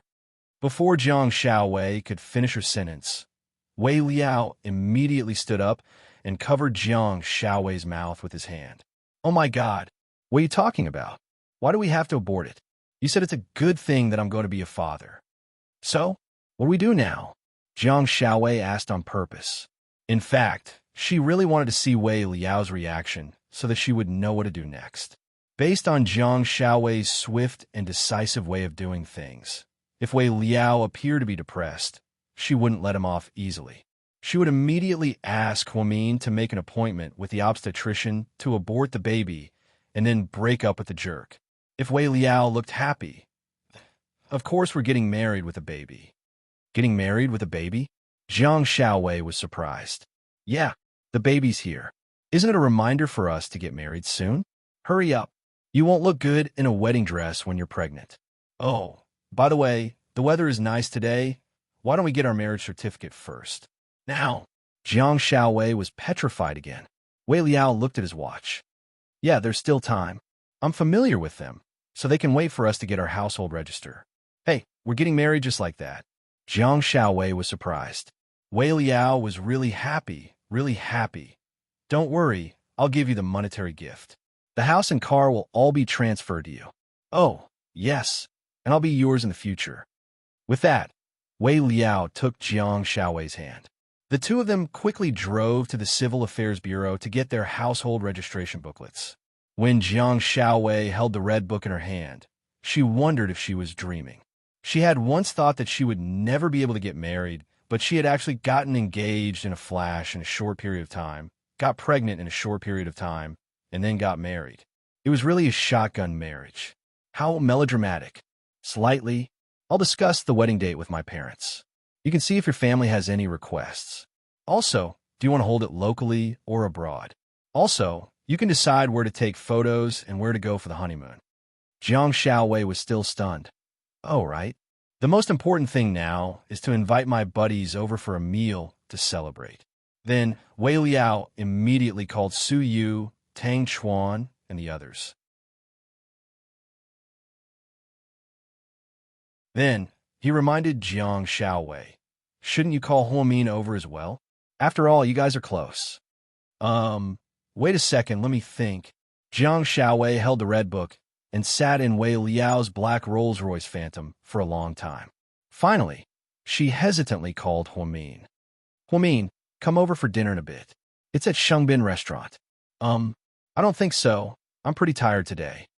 Huamin thought that it was a dinner party, so he wanted to turn it down. To his surprise, the woman added, I've already gotten my marriage certificate. I've arranged a meal for you. Hurry up and come over. After yelling at him, Jiang Xiaowei hung up the phone. Huamin was once again dumbfounded.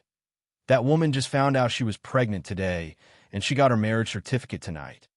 This world was too crazy. She couldn't keep up with it. Although he was shocked, Huamin still went. She called Qin Chu. Then, she drove straight to the restaurant. When she entered the private room, Su Yu and the others were already there. When Su Yu saw Huamin, his expression changed. He seemed to be faintly happy. Huamin, come and sit with me. Jiang Xiaowei waved her hand.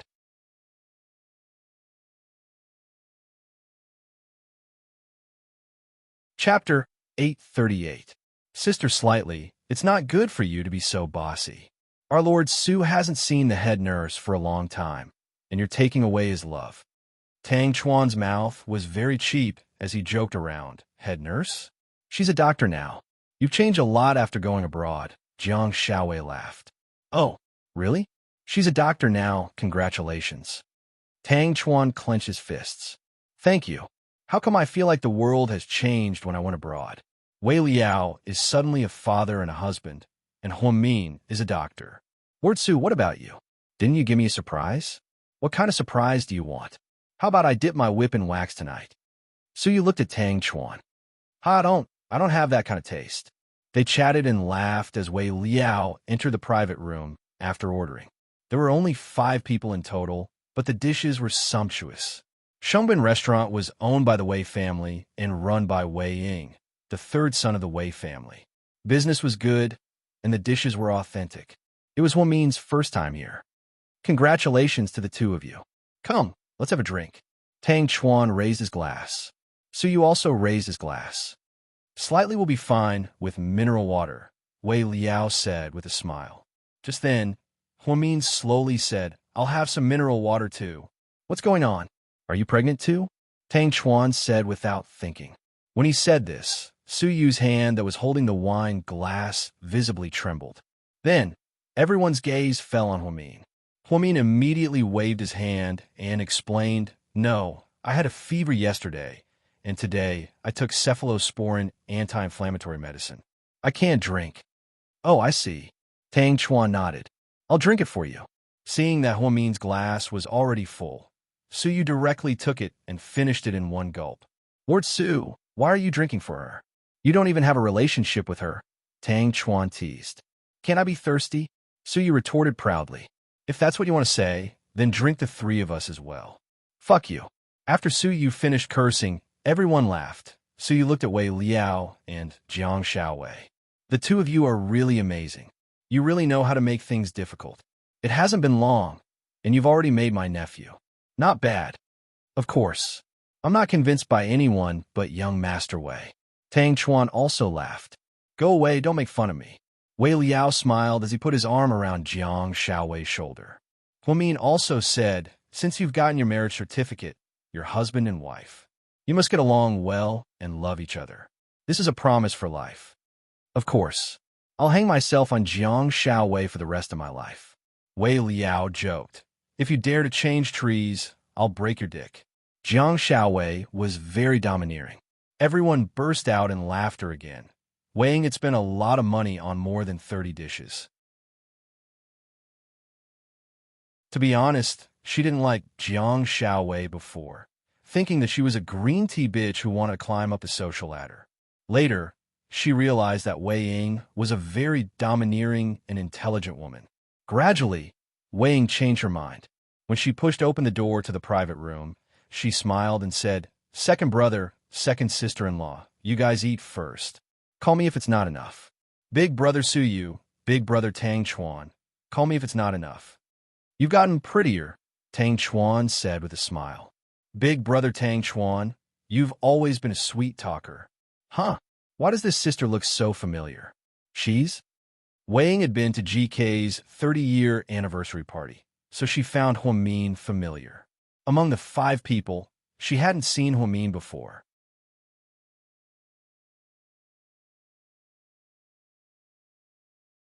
Chapter 839. This is my good friend, Huamin, Jiang Xiaowei introduced. A young lady from GK? Wei Ying suddenly remembered. Huamin, this is Wei Liao's little sister, Wei Ying, Jiang Xiaowei introduced. Hello. Huamin nodded slightly. Wow, you look so elegant. Wei Ying was well-informed and knew how to talk. After greeting them, Wei Ying went downstairs. After 2 hours of eating, everyone left. Tang Chuan suggested that they go to Seductive Fox, but Huamin stood up and said, You guys go ahead, I'm not going. I haven't been feeling well lately and feel tired. I'll go home first.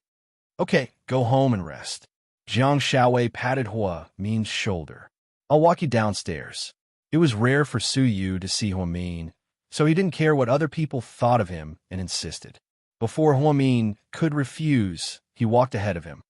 Why do I feel like? Lord Su still can't forget Huamin? It's not what you think, it's what we all think. Wei Liao shook his head helplessly. Are you cold? Su Yu looked at Huamin and asked. No. Huamin shook his head. You don't look well. Are you okay? Do you want me to drive you home? It's okay. I can drive myself. Huamin politely refused. Then, Suyu watched as Huamin got into his car. He reversed the car and drove off in his Audi R8. Worried, Suyu drove his Ferrari and followed Huamin from a distance. It was about 3 to 4 cars away. Suyu didn't leave until Huamin safely arrived at Imperial Park. Huamin saw everything clearly from the rearview mirror. There were less than 10 red Ferraris in this city. Suyu's license plate was so obvious, ending with 8. How could she not know? The truth was, she was touched by Suyu's actions. But even so, she couldn't reciprocate. She already had Qin Shu, so she couldn't fall in love with anyone else. When Huamin got home, Qin Shu wasn't home yet. She picked up her phone and made a call. Honey, are you still home? I'm on the road. Oh, okay. Are you done eating? Yes, I just got home too. Have you eaten? Do you want me to? No, I ate. I ate. Then, the two hung up. Huamin called his mother again. She said that Jixin was in a good mood today. He wasn't as depressed as he was yesterday. Huamian felt a lot more relieved. 20 minutes later, Qin Shu opened the door upstairs. Honey, is your passport at home? It's in the drawer, Huamin replied. Huamin got her passport when she was 17. It was valid for 10 years. At the time, she was planning to go to the States with Qin Shu, but they didn't go. So, her passport was left at the bottom of the drawer. All these years, she never had the chance to go abroad. Qin Shu went upstairs and took Huamin's passport down. Come with me. Where to? Huamin froze. The Maldives. Huamin was shocked when he heard this. The Maldives? Now, what kind of joke was this?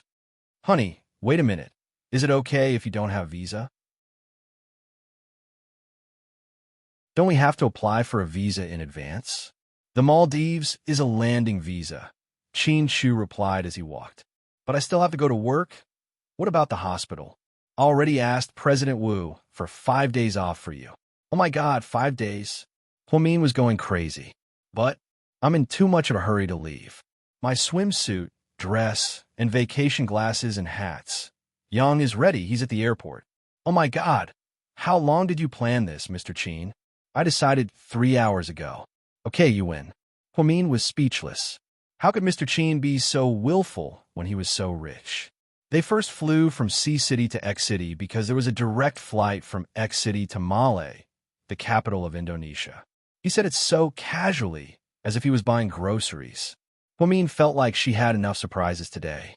However, she didn't expect to be shocked again at the airport. Jixin, why are you here? Brother-in-law said he's taking me to the Maldives, Jixin replied adorably. Oh my God, are we going to tour group? Huamin looked at Qin Shu again, dumbfounded.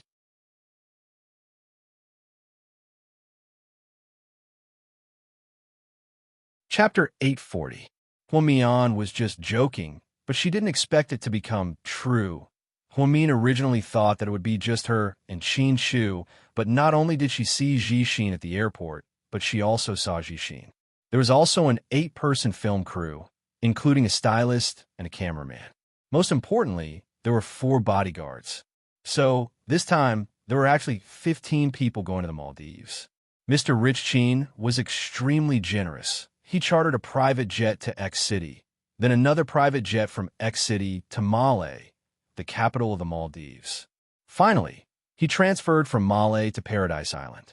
It took him 11 hours to get there, and he was speechless. However, the good thing was that they were on a luxurious private jet. The seats were super big, so they could lie down even if they were tired. It was very comfortable. It was Jixin's first time traveling abroad, so he was very excited the entire time. Sis, is the Maldives in every woman's heart? Jixin asked playfully as he sat across from Huamin on the plane. I think so. Who wouldn't like such a romantic place? Huamin was a woman who loved the sea, but she never dared to dream of a paradise like the Maldives. Sea City was also a coastal city, but it was inland. The seawater was gray, unlike the blue sky and light blue on the screensaver. Therefore, an iconic island like the Maldives had become a place that women all over the world yearned for. However, because the journey was long and expensive, Huamin never thought about it. Qin Shu had mentioned it before, but because they were too busy, it didn't have time to come. This time, Qin Shu suddenly decided to go on a trip like this. For Huamin, it was sudden and full of surprises. She liked all the surprises that Mr. Qin created because Mr. Qin knew her too well. Qin Shu's decision this time wasn't sudden either. After they got married, they didn't even take wedding photos and they didn't have a wedding either. It had always been a regret in his heart. Huamin seemed to be constantly thinking about the child, and she even went to the hospital to do a checkup. He was very sad. He wanted to relieve Huamin's stress and stop her from thinking too much. He also wanted Jixin, who was heartbroken, to calm down. In the end, Qin Shu decided to put down his work and take 5 days to go on a trip like this. They say that the Maldives will sink in 50 years because of the rising sea. I don't know if it's true or not, but I can die without regrets. Jixin sighed. How old are you? You're only 19. Please, don't always say things that make people think that you're an old man. Huamian held a glass of juice and looked at her brother. Qin Shu was busy during the flight. Although there was no internet, he could turn on his tablet. Huamian and Jixin only chatted occasionally with each other. Whippy time, it was time they had a mean. After a bumpy ride, they finally mean. Paradise Island was an island that many people liked because it was clean, beautiful, and had a nice name. Therefore, Qin Shu booked 4 days and 3 nights and spent the next few days on this small island. The moment they landed on the island, everyone was amazed. Except for Qin Shu, he didn't seem to be too excited under normal circumstances. It's so beautiful, oh my God. I can't believe there's such a sea, Jixin exclaimed. It's definitely God's son, Huamin said. This was based on the most popular sentence on the internet, which said that the Maldives was a drop of God's tear on earth. Therefore, Huamian was a super talented person. She was able to express such a literary sentence in plain language.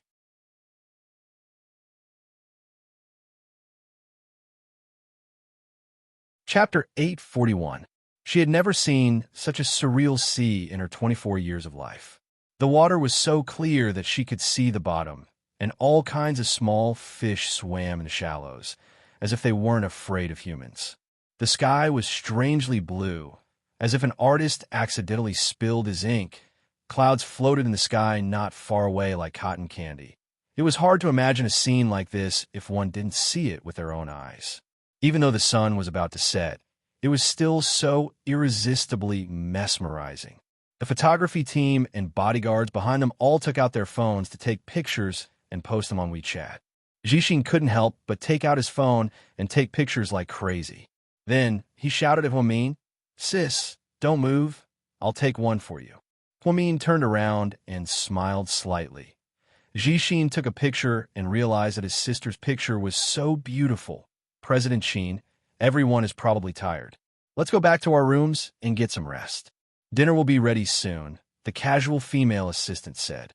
Qin Shu nodded. Then he held Huamin's hand and walked to the most luxurious floating house. On the wide bed, there was a heart made of roses, and in the middle was a swan folded with a white towel. On the table was a teardrop-shaped vase with heavenly fragrant lilies inside. All in all, this place was full of romance and surprises. Do you like it like this? Qin Shu asked as he gently hugged Huamin. Don't mention it. I came here to take a look and realized that we're not even in the sea. At most, it's a muddy lake. Upon hearing Huamin's complaint, Qin Shu couldn't help but laugh. You must be tired. Go take a shower first. We'll rest for a bit. Okay. Huamin nodded. Then, she turned around and went into the bathroom to take a warm bath. There was even rose essential oil in the water. The service was amazing. When she walked out in her bathrobe, she was very shy because, logically speaking, something would happen between the two of them after they took a shower and were alone. Huamin thought that Mr. Qin wouldn't be able to control himself and would push her down. However, as soon as she came out, she was dumbfounded. Mr. Qin was probably exhausted. After changing into beach shorts and a white t-shirt, he fell asleep on the bed. His breathing was very light, and his eyelashes were beautiful. Huamin's favorite thing to see Qin Shu sleep. It was quiet and beautiful. Huamin that she couldn't control herself. Along the way, Huamian and Jixin ate, drank, and slept when they were tired. Qin Shu, on the other hand, wasn't as relaxed. After they got off the plane, he took his testes. Now, he could have a goods of SSSS, S's sleep, S's SSSS, S sleep, S of S. All the houses were made of wood and were built on water. Therefore, Huamin's feet touched the water as she sat on the steps. The warm water wrapped around her white feet, and her heart was at peace like never before. Because Qin Shu booked the entire island, other than the staff, there were no tourists. Looking at the blue sky and white clouds, and listening to the cries of seagulls, Huamin's mood was really lifted. Although she wanted to keep a low profile, she still wanted to take a picture and post it on her WeChat moments. She didn't take a selfie. Instead, she took a picture of the distant sea and posted it. The caption read, "May my heart be as peaceful as the sea." The location was automatically displayed, Maldives Paradise Island. Now, it was like a bomb. "You heartless person, I can't believe you went to the Maldives without telling anyone." Zhu Lingling had just gotten off the plane and was about to take a shower and sleep when she saw Huamin's hateful photo. "I got on the plane and didn't know I was coming. It was all arranged by Mr. Qin," Huamin replied with a smile. "I'm so jealous. Why is Mr. Qin so nice? Why don't I have anyone to take me there? You can come with Gao Ran. Come on, it's hard for him to even ask for a day off. It's not realistic for him to come with me to the Maldives." To her surprise, as soon as Zhu Lingling finished complaining, Gao Ran replied, "If I go with you, will you live stream yourself eating shit?"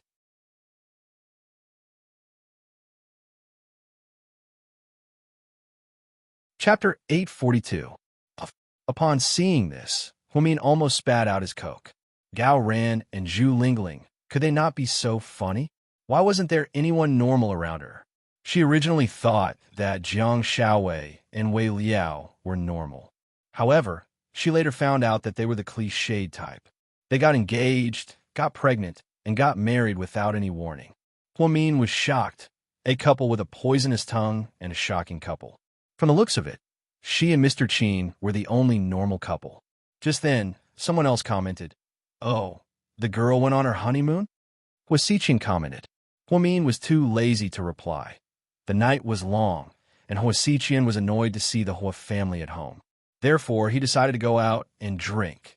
Suyu and Tang Chuan also came out to relieve their boredom. They bumped into each other and booked a private room together. Huasiqin laughed as he held his phone. This girl has always been so low-key. She even went on her honeymoon without telling anyone.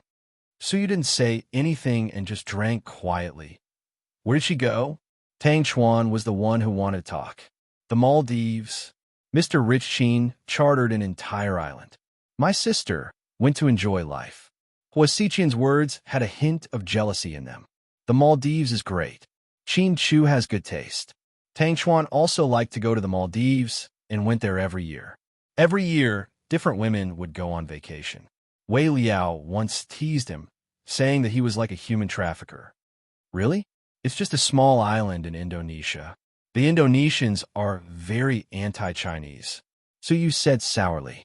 Oh, Lord Su, when did you become so patriotic? You speak as if you have never been there before. Tang Chuan laughed. I'll go to Tahiti in the future. That's beautiful, Suyu said to himself. Actually, in his heart, he wanted to fly to the Maldives. If he and Huamin were to go there, they would probably die of happiness, right? Suyu stared blankly with a glass of wine in his hand. Qin Shu only slept for 2 hours before he woke up. Then, the two of them changed in a couple's outfits and went to the beach for a barbecue. 15 people sat around a big table. It was very lively.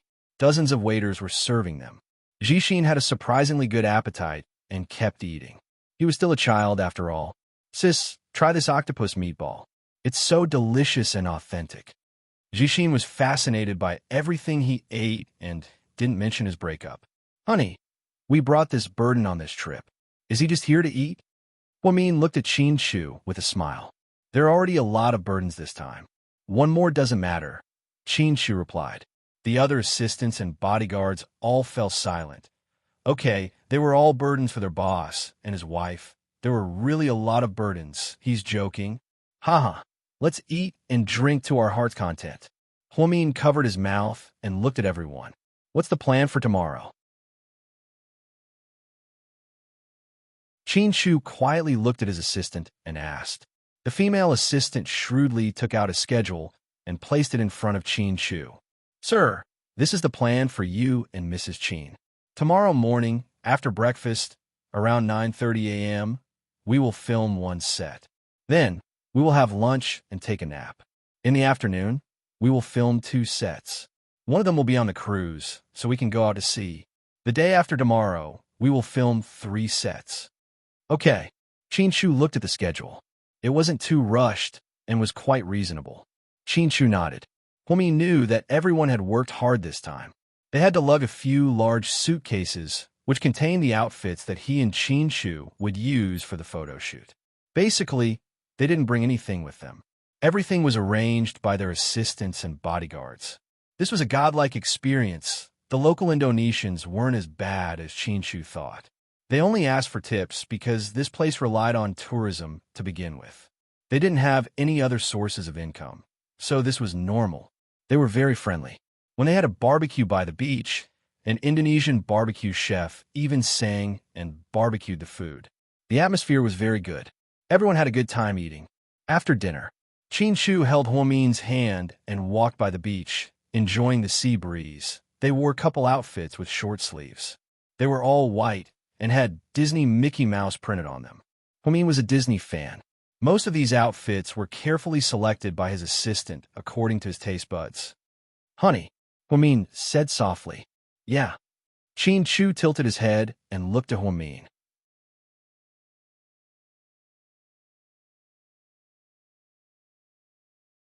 Chapter 843. Thank you for bringing me to such a beautiful place. Thank you for bringing me to eat such delicious food. Thank you for bringing me such a big surprise. Huamin thanked Qin Shu 3 times in a row. She wasn't being pretentious. She really wanted to thank him. Even though he was so busy, he was still able to plan all this to make Qin Shu feel so touched. After many men got married, regardless of whether they were busy or not, they didn't want to waste time on their wives. This was because they felt that since she was already his and couldn't run away, there was no need for them to be so nice to her. However, Qin Shu was the exact opposite. After they got married and started living together, he only treated Huamin better and better. There was only the best, nothing better. He doted on her so much that even Huamin's mother and brother felt that he was spoiling Huamin too much. However, such a man was always high and mighty in the eyes of others. He was a cold and indifferent king. He didn't give his smile to anyone, and he was stingy with his gentleness. Only Huamin could see his funny side. As long as he was outside, he would always wear that cold and arrogant mask. He only gave all of his love to Huamin. After Qin Shu heard what she said, he looked at her gently. Then he said softly, "Thank you for being willing to be my wife. Thank you for betting your life on me. Thank you for giving me the chance to take care of you in this life." Qin Shu also thanked her 3 times. Huamin was extremely touched. She tiptoed and hugged Qin Shu tightly. Then she kissed him. Late at night, the Maldives was brightly lit. The seaside was another beautiful scene. The sound of waves crashing against each other could be heard. The 2 of them kissed passionately under the night sky, as if they were the only 2 people in the world. It was so quiet and so beautiful. When they returned to the floating house, it was already past 9 p.m. The 2 of them took a shower, then they lay on the bed. Qin Shu hugged Huamin. Honey, it's such a beautiful night. Don't you want to do something? Yes. Honey, can you give me a massage? Just a massage. Huamin was slightly disappointed. Then what else do you want? Qin Shu deliberately asked her. No. Okay. Hurry up and climb up. I'll give you a massage. Qin Shu turned over and lay on his stomach on the bed. His sturdy back was exposed, and his perfect figure was on full display. There were technicians on the island, but Huamin would never allow another woman to touch her husband. She pretended to give Qin Shu a massage. However, rather than calling a massage, it was more like teasing, Because her fingers were very light, they were moving around his back. It was a blatant provocation. "Honey, are you sure you want to give me a massage?" Chin Chu asked with a smile. "Mr. Chin, do you need any special service?" Huamin asked as he leaned against Qin Haodong's back. "What are the special services? Including anything you want." "Really?" Qin Chu asked. "Of course." Huamin was ecstatic that she succeeded in seducing Qin Haodong. "Okay, then can you pour me a cup of coffee with ice? Thank you." "Fuck off." Seeing that Qin Chu was so unromantic, Huamin flipped out. It was so obvious, okay? Therefore, she angrily got off him and tried to get off the bed. However, Qin Chu grabbed her, dragged her onto the bed, and pinned her down. "I was joking. Are you really mad?" Qin Chu laughed. "How can you joke like that? I was so proactive, and you asked me to pour you a cup of coffee. I'm not a maid." Huamin felt wronged. She pouted and looked adorable. Qin Chu quickly coaxed her.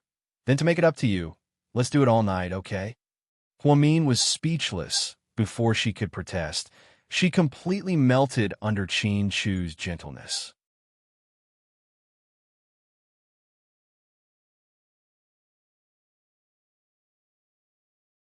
Chapter 844. The next morning, when Huamin woke up, his back was sore. Mr. Qin really did make it up to her. He didn't sleep much the entire night, as if he was tormented. She even suspected that he was on drugs. He was so energetic. "Honey, you're awake?" When Huamin woke up, it was already 9 a.m. Qin Chu had already video called HQ for a morning meeting and went for a run. Yeah, Huamin was still sleepy. "Then let's go eat breakfast." "Okay." Huamin really regretted messing with Mr. Qin. Now he was in trouble. Even walking felt like his legs were sore. More importantly, he couldn't complain. Who could he complain to about something like this? During breakfast, Jixin suddenly said, "Sis, you sent me a WeChat message yesterday." "Really?" Huamin didn't react much. She gave Huang Yu a chance and wanted to help her, but Huang Yu didn't want it. What else could she say? Yeah, she said she doesn't want to work at the hospital anymore. She wants to leave and move to the south with her parents. Oh, Huamin nodded. She also asked me where I plan to work after graduation, Jixin said as he chewed on his bread. Then what did you say? I told her that I'm going to intern at my brother-in-law's company, but she didn't reply.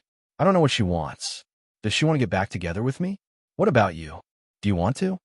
Huamin looked at Jixin and asked. Sis, to be honest, of course I do. She's my first girlfriend, and I cherish our relationship. If she still wants to be with me, then I don't mind. Even if she betrayed you. Huamin asked faintly. She probably has her own difficulties. Jixin was still too naive and thought of everything too simply. You and Huang Yu. I don't think it's possible. Don't even think about it. Go to school and work hard after you graduate. A man should act like a man. Don't just focus on love. Huamin lectured. I know, sis. Jing Jixin lowered his head and continued to eat when he saw that his sister was about to give another long lecture. Qin Chu never interfered with the matters between the two of them. After all, this was a private matter. After breakfast, Jixin wandered around the island while Huamin and Qin Chu changed their clothes, put on their makeup, and began taking their wedding photos. She knew that taking photos was tiring, but she didn't know it was so tiring that she had to take 70 to 80 photos of a single set of clothes. Fortunately, the team members were very supportive. They did everything quickly and did not waste any time at all. During the break, there were people holding umbrellas and people passing them water. This service was really unparalleled. A young lady, if you're tired, we can rest for a while more. What do you think of my expression just now? Isn't her smile very fake? I'm really afraid that I won't get a good shot. No, I think it's very good. You'll know when we fix the samples tonight. Just then, she received a WeChat message on her phone. Huamin opened it and saw that it was from Ni Yang. Because when they went abroad, their phones all had international roaming, so the internet wasn't restricted. Sister Huamin, I heard that you and President Qin went to the Maldives. Yeah. When are you coming back? In 2 or 3 days. Do you need something? Yeah, there's something I want to talk to you about. Okay, I'll come find you when I get back. She put down the phone and wondered what it was. That kid, and I Yong wouldn't look for her so easily? Could it be that he found out about her relationship with Xie Wan and Shui Shui? After a whole day of shooting, Huamin was exhausted. She soaked herself in the bathtub and refused to come out. When her phone rang, it was Qin Chu who brought it to her. It was a strange and unfamiliar number. Hello? Huamin, it's me. A woman's voice sounded very familiar.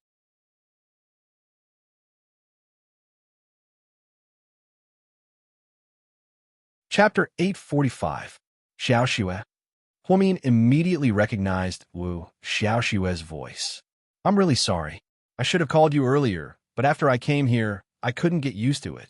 So I was in a hurry and had to go through a lot of complicated procedures every day. How about now? Are you done? Yeah, I'm done. How are you? I'm fine. How about you? I'm fine too. The air here is good. My parents are here to help me take care of the baby. I plan to go to work soon. That's great. I heard about you from President Wu. I'm really happy for you. I also heard from Uncle Wu that you're a doctor now. Congratulations. Thank you. Ning Ziyuan, have you seen him recently? Wu Xiaoxue suddenly asked. Yeah, he came to South Side to see me a while ago. He asked me to lend him 100,000 yuan, but I didn't. Don't lend it to him, Wu Xiaoxue reminded him again. What's wrong? Do you know what he's doing now? Huamin felt like Wu Xiaoxue knew more than he did. He's still with He-Man. They're both addicted to gambling and lost a lot. Ning Ziyuan's house wasn't even rented out. It was mortgaged. He's a useless person now. No matter how much money you give him, he'll lose it all. How did that happen? Huamin was a little surprised. It's because He-Man became like this after she got together with him. I knew nothing good would happen when she hung out with him. Before I left the country, I hired a private investigator. He-Man is also a gambler and owes a lot of money. They seem to be loan sharks too. They've been hiding in the colored steel house in the civilian district. It's so despicable. When we got divorced, he even threatened me that if I didn't compensate him, he wouldn't sign my divorce papers. Did you give him any? Huamin was a little worried. Of course not. I'm not that stupid. I'll give him whatever he wants. Our family paid for the house and the car. We even paid for the wedding banquet. Why should I give it to him? Seriously, how did things come to this? Forget it, it's all my fault. I won't tell Xinyue that her father is such a person. We don't plan to go back either. Upon hearing Wu Xiaoxue's words, Huamin felt quite bad. Uncle and Annie Ning came looking for me before. They brought a lot of eggs and said they wanted to see their granddaughter, but they didn't know you were overseas. Ning Ziyuan's sins have implicated his elderly parents. It's really disappointing. This is fate. No one can be blamed. Okay, the baby is crying. I'll call you back. All right. After hanging up the phone, Huamin closed his eyes and thought about life. In fact, she felt a little guilty at first because she felt that if she hadn't broken up with Ning Ziyuan, perhaps his life wouldn't be so miserable. But after thinking about it, even if she married him, he would still choose this rotten path.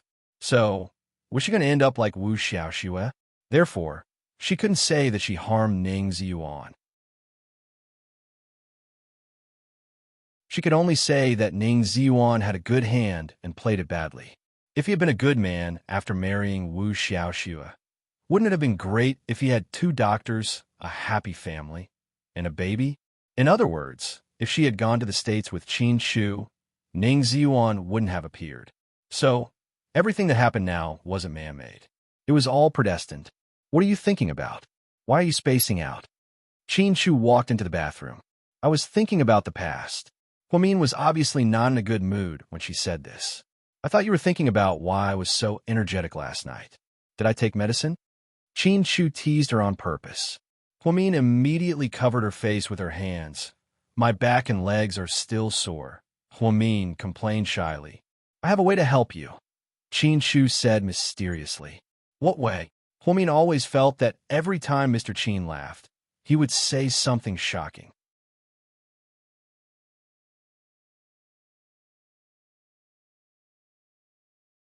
Chapter 846. As it turned out, her instincts were right, because what Qin Shu said was, let's do it again tonight and fight poison with poison. You'll be fine by tomorrow morning. Fuck you. Huamin wanted to cuss. They had only done it once tonight, and her entire body was about to fall apart. How about you be fine? Did he really think she was a 3-year-old kid? Time always flew by on vacation. They spent 3 mesmerizing nights in the Maldives and 4 incredibly beautiful days. They took several stunning wedding photos, went out to sea, and went on a cruise. It was a luxurious life.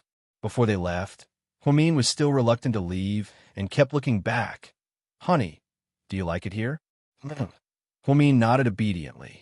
Then let's come here once a year, okay? Chin Chu lovingly patted her head. Okay. After they got on the plane, Huamin kept looking down. Looking down from the sky, the beautiful paradise island was like a crystal-clear teardrop in the ocean. It was breathtakingly beautiful. The Maldives was a place that everyone wanted to visit a second time after their first visit. Huamin was no exception. If they had time in the future, they really wanted to come here a few more times. After more than 10 hours of flight and 2 transfers, they finally returned to Sea City. Chin Chu took a nap on the plane and went straight to GK after they got off. It was already 3 in the afternoon. Huamin and Jixin were driven back to Sky Blessing Court by the company's chauffeur. When they passed by the duty-free shop in X City, Huamin bought a lot of makeup and a jade bracelet for his mother.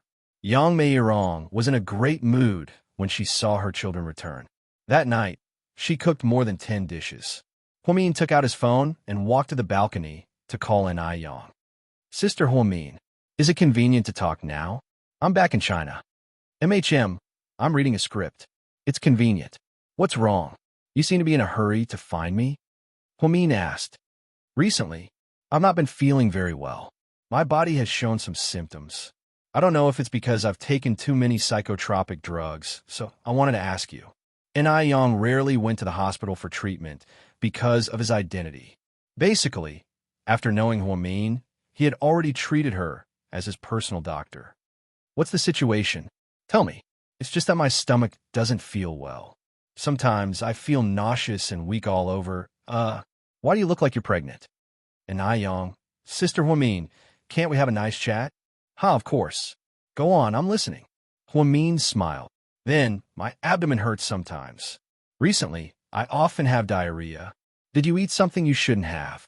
Huamin asked. No, I haven't eaten anything lately. I only eat simple rice porridge, but I still feel like this. Then is it indigestion? Do you take medicine to strengthen your stomach? I did, but it didn't work. In fact, it's gotten worse these days. How about this? What's your schedule tomorrow? Tomorrow, I have a scene to shoot in the afternoon. I have a morning off. Come to South Side in the morning. I'll take you for a checkup. Okay. Yang nodded. Okay, then you should go to bed early. Okay. After hanging up the phone, Huamin walked to the dining room.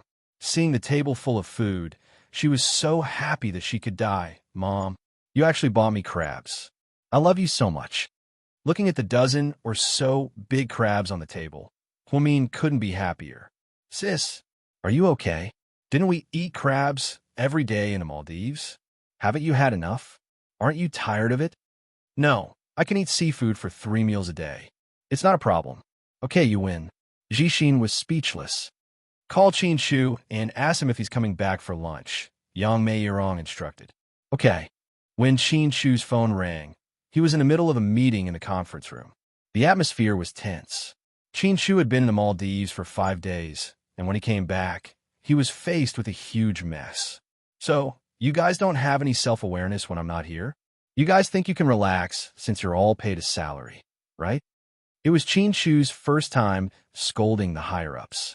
Yang was so scared that he didn't dare to say anything.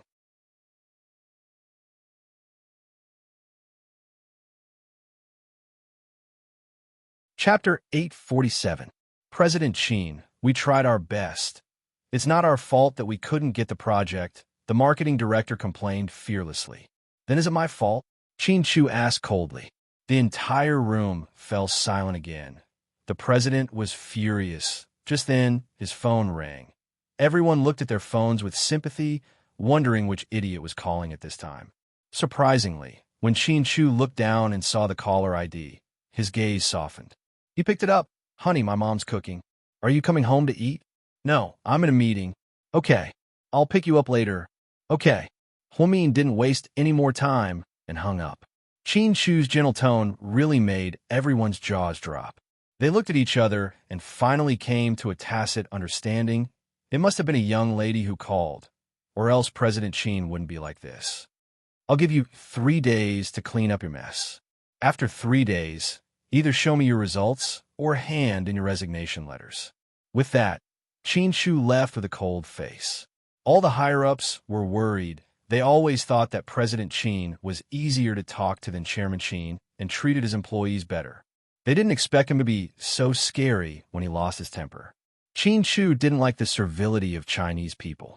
When the boss was home, they worked hard. When he wasn't home, they slacked off. That wasn't good. Since they were paid well, they had to behave. No boss liked to hire a bunch of idle people for free. After returning to his office, Qin Shu turned on his computer and continued to work. President Qin, here's your coffee. Assistant Yang carefully brought the coffee over. I'll give you a vacation starting tomorrow. Sir, you're not going to fire me, are you? What'd I do wrong? Assistant Yang was so scared that his legs turned to jelly. Giving him a vacation out of the blue was too scary. You're thinking too much. It's just that when I was on vacation, you worked overtime almost every day. I saw how hard it was. You're a father and a husband. You have to spend time with your wife and child. Take a week off. It's not considered annual leave. I'm giving you extra time. Come back to work after a week. Thank you, President Qin. Assistant Yang was so excited that he wanted to die. His wife had been depressed and said that she wanted to take the baby home. However, Yang's wife was from the south and went to university in the north, so her family was very far away. Yang was still worried about her bringing the child home alone. Now that the boss had spoken, he was so happy that he almost jumped up. Go ahead. Get off work early today. Then what about you? Yang was worried that the boss would be too busy. I can transfer someone over to help temporarily. Okay, thank you, boss. Call me if you need anything. Little Yang left the company as fast as the wind. Qin Shu sank into his dull work again. Song Yisher had called Qin Shu once. When she learned that he was in the Maldives, she did not say much. At 7 p.m., everyone at GK was still working overtime. Song Yisher drove past and went up to the top floor. President Qin, Miss Song is here. The female secretary in the secretary's office reported over the intercom. Let her in. The reason why Qin Shu had always been kind to Song Yisher was not because of their childhood memories. It was because Uncle Song took special care of him. When I passed by, I saw that your office light was still on at the red light, so I guessed that you were back. Song Yisher smiled. Yeah. How was your vacation in the Maldives? It was great, right? Yes. Qin Shu was still a man of few words. You haven't eaten yet, right? What do you want to eat? I'll go out and buy it for you, Song Yisher said gently.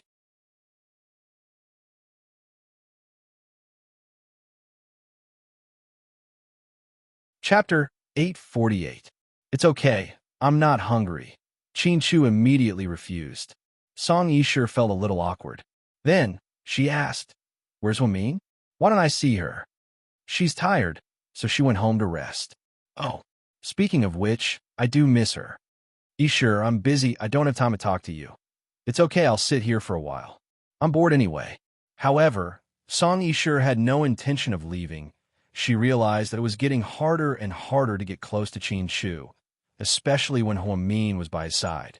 Qin Shu's gaze never left Huamin. Therefore, it was rare that Huamin wasn't around today. She wanted to seize the opportunity to spend some time alone with Qin Shu. Even though he felt that he was a little immature, he didn't care too much. Opportunity was the most important thing. The female secretary brought in a cup of coffee and placed it on the coffee table. Miss Song, your coffee. Thank you. Song Yisher then secretly took a photo of Qin Shu and posted it on her WeChat friend circle. When a person is serious about work, their charm will multiply. Some people began to leave comments below. A few socialites who were on good terms with Song Yisher already knew about Qin Shu's feelings. Therefore, they began to fan the flames. Sure. You want to see Prince Charming Qin? Sister Sure, you guys are a good match. His wife isn't that great. Prince Charming Qin has no blind spots. I'm not exaggerating. A girl next to Tang Chuan happened to have Song Yishi's WeChat. They added each other at the cocktail party the other day. Song Yishi was very good at social media. Within a month of returning to China, she had already mingled with the upper class and had an excellent reputation. Of course, this had a lot to do with her father, Mayor Song. The daughter of the Song family is so ambitious. She's going to replace Qin Shu, the woman exclaimed. Tang Chuan immediately leaned forward to take a look, then looked at Su Yu and said, "This is what a real mistress looks like. It's already so late at night, but she still posted a photo of the two of them together. I wonder how Huamin will feel when he sees this." Su Yu fiddled with the lighter and didn't say anything. No one knew what he was thinking. "Lord Su, do you want to send a screenshot of the photo to Huamin?" "No, you don't want such a good opportunity." Tang Chuan didn't understand. Since she liked Huamin, why not destroy it? "I won't do such a disgraceful thing," Lord Su replied proudly. Qin Shu didn't know that Song Yishi had posted something on her WeChat moments, and neither did Huamin. However, Hua Xiqian knew. He also had Song Yishi's WeChat. Song Yishi is a funny woman, but I'm looking forward to seeing how she and my little sister fight. It'll be a fierce battle. Then, he reached out and spun the globe on his desk with a smile. "I bet 1 yuan that my Mian will win." Huamin had eaten his fill at Sky Blessing Court and was lying on the sofa watching a TV show. Suddenly, he saw Jixin come downstairs. "It's so late. Are you going out?" A classmate called me for his birthday," Jixin said as he walked. "Come back early. Don't drink too much." "I know, sis. You're as naggy as Mom." Then, Jing Jixin opened the door and left in his Bumblebee sports car. Jixin went out again? Yeah, he probably went out with his classmate. Jixin had always been obedient, so Huamin didn't think much of it. 40 minutes later, Huamin received a call from Jixin. He sounded like he was about to cry. "Sis, come quickly. Help me save you." Upon hearing Yu's name, Huamin panicked. Could it be that Jixin didn't go to his classmate, but to Huang Yu? But the people around Huang Yu, Huamin suddenly sat up from the sofa. "Jixin, where are you?" "On the top floor of Sky Domain." "Okay, wait for me." Huamin hurriedly put on his shoes and ran out, not even hearing his mother talk to him. Sky Domain again, that place where good people mix together. Huamin really didn't want to go. He didn't know what happened to Jixin. On the way, Huamin didn't forget to call Qin Shu. "Honey, I think something happened to Jixin. He's on the top floor of Sky Domain. I'm on my way. Come over immediately and remember to bring someone." After saying this, Huamin hung up. Qin Shu also panicked. A place like Sky Domain was like a tiger's den. It was very dangerous for Huamin to go there alone. He wouldn't be as lucky as last time.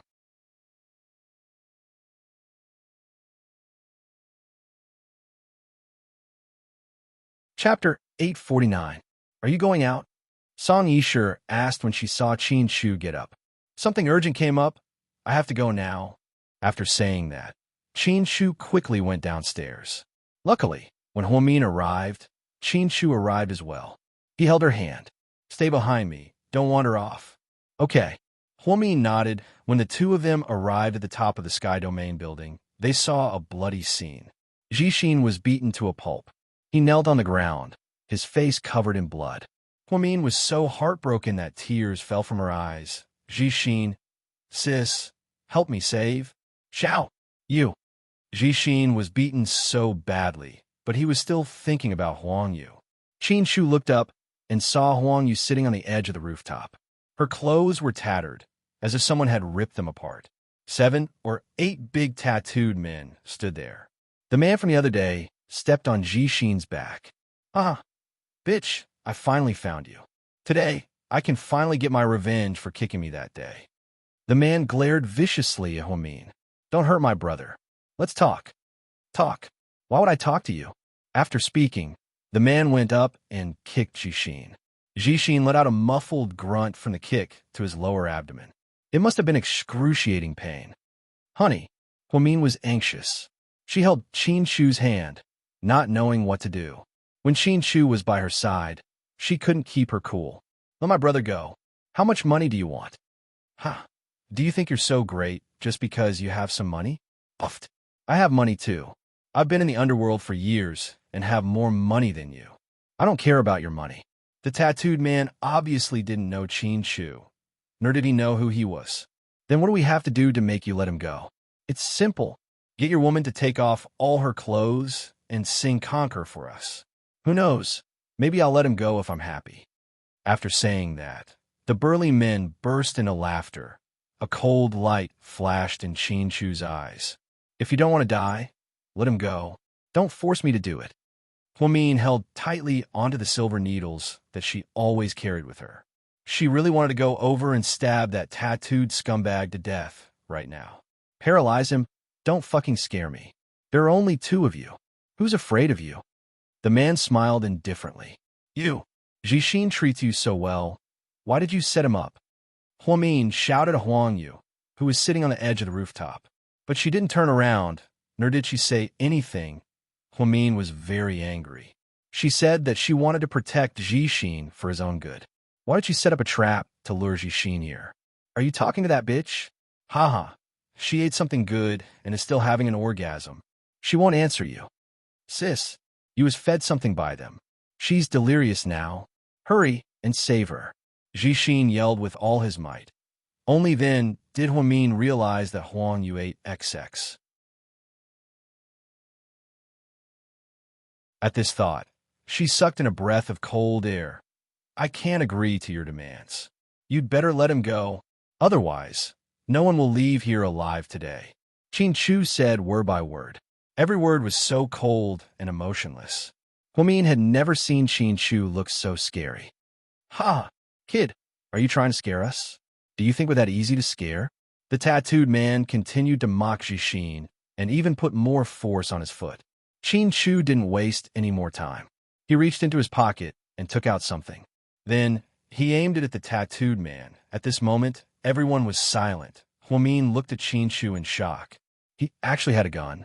It was a black gun that exuded a terrifying aura in the night. Brother Wei, this kid has a gun? The others were a little scared. Are you trying to scare me? You think you can save someone with a toy gun? Do you think I'm an idiot? I won't be fooled by you. Before the tattooed man could finish, there was a bang. Qin Shu suddenly pulled the trigger and shot him in the right side of his chest. Immediately, a bloody hole appeared. The tattooed man lowered his head in shock. Looking at his bleeding wound, he couldn't say a word. I don't like to talk nonsense. You have 3 seconds to let him go, or I'll kill you this time. Honey, don't be impulsive. Huamin was a little scared. She wanted to save her brother, but she didn't want Qin Shu to kill anyone.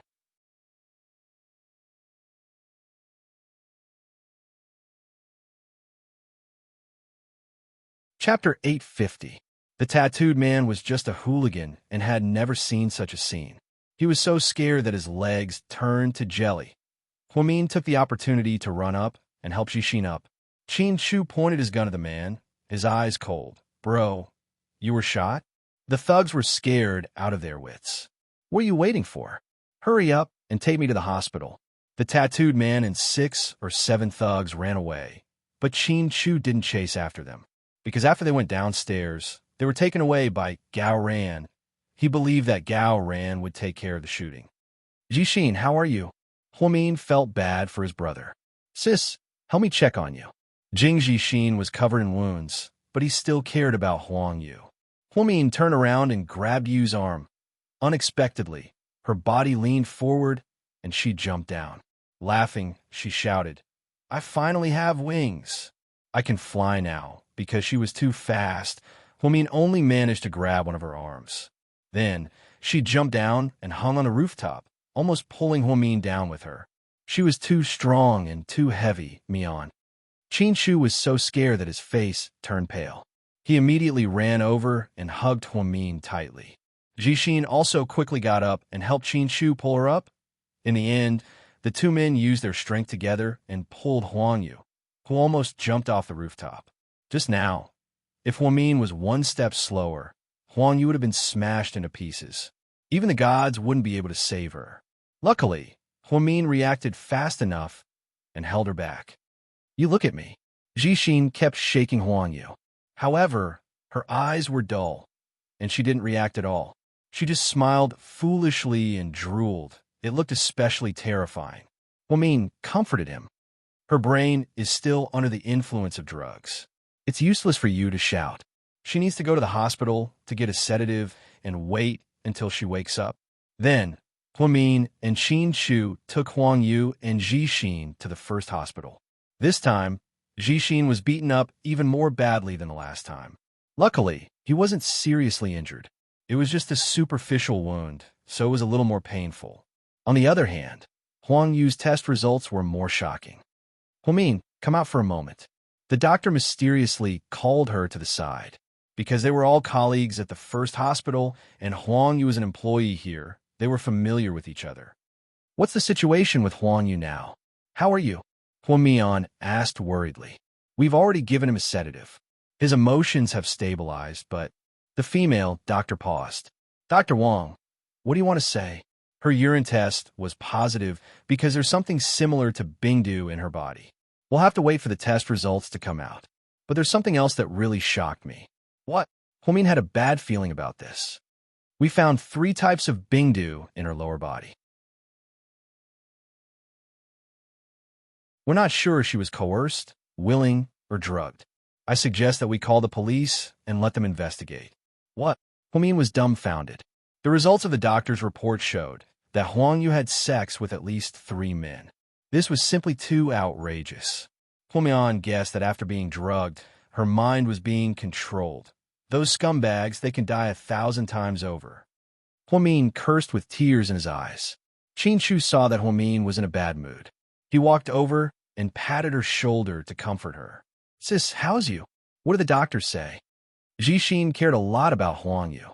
First, tell me what happened at Tianyu before I arrived. Huamin stared into Ji Xin's eyes and asked.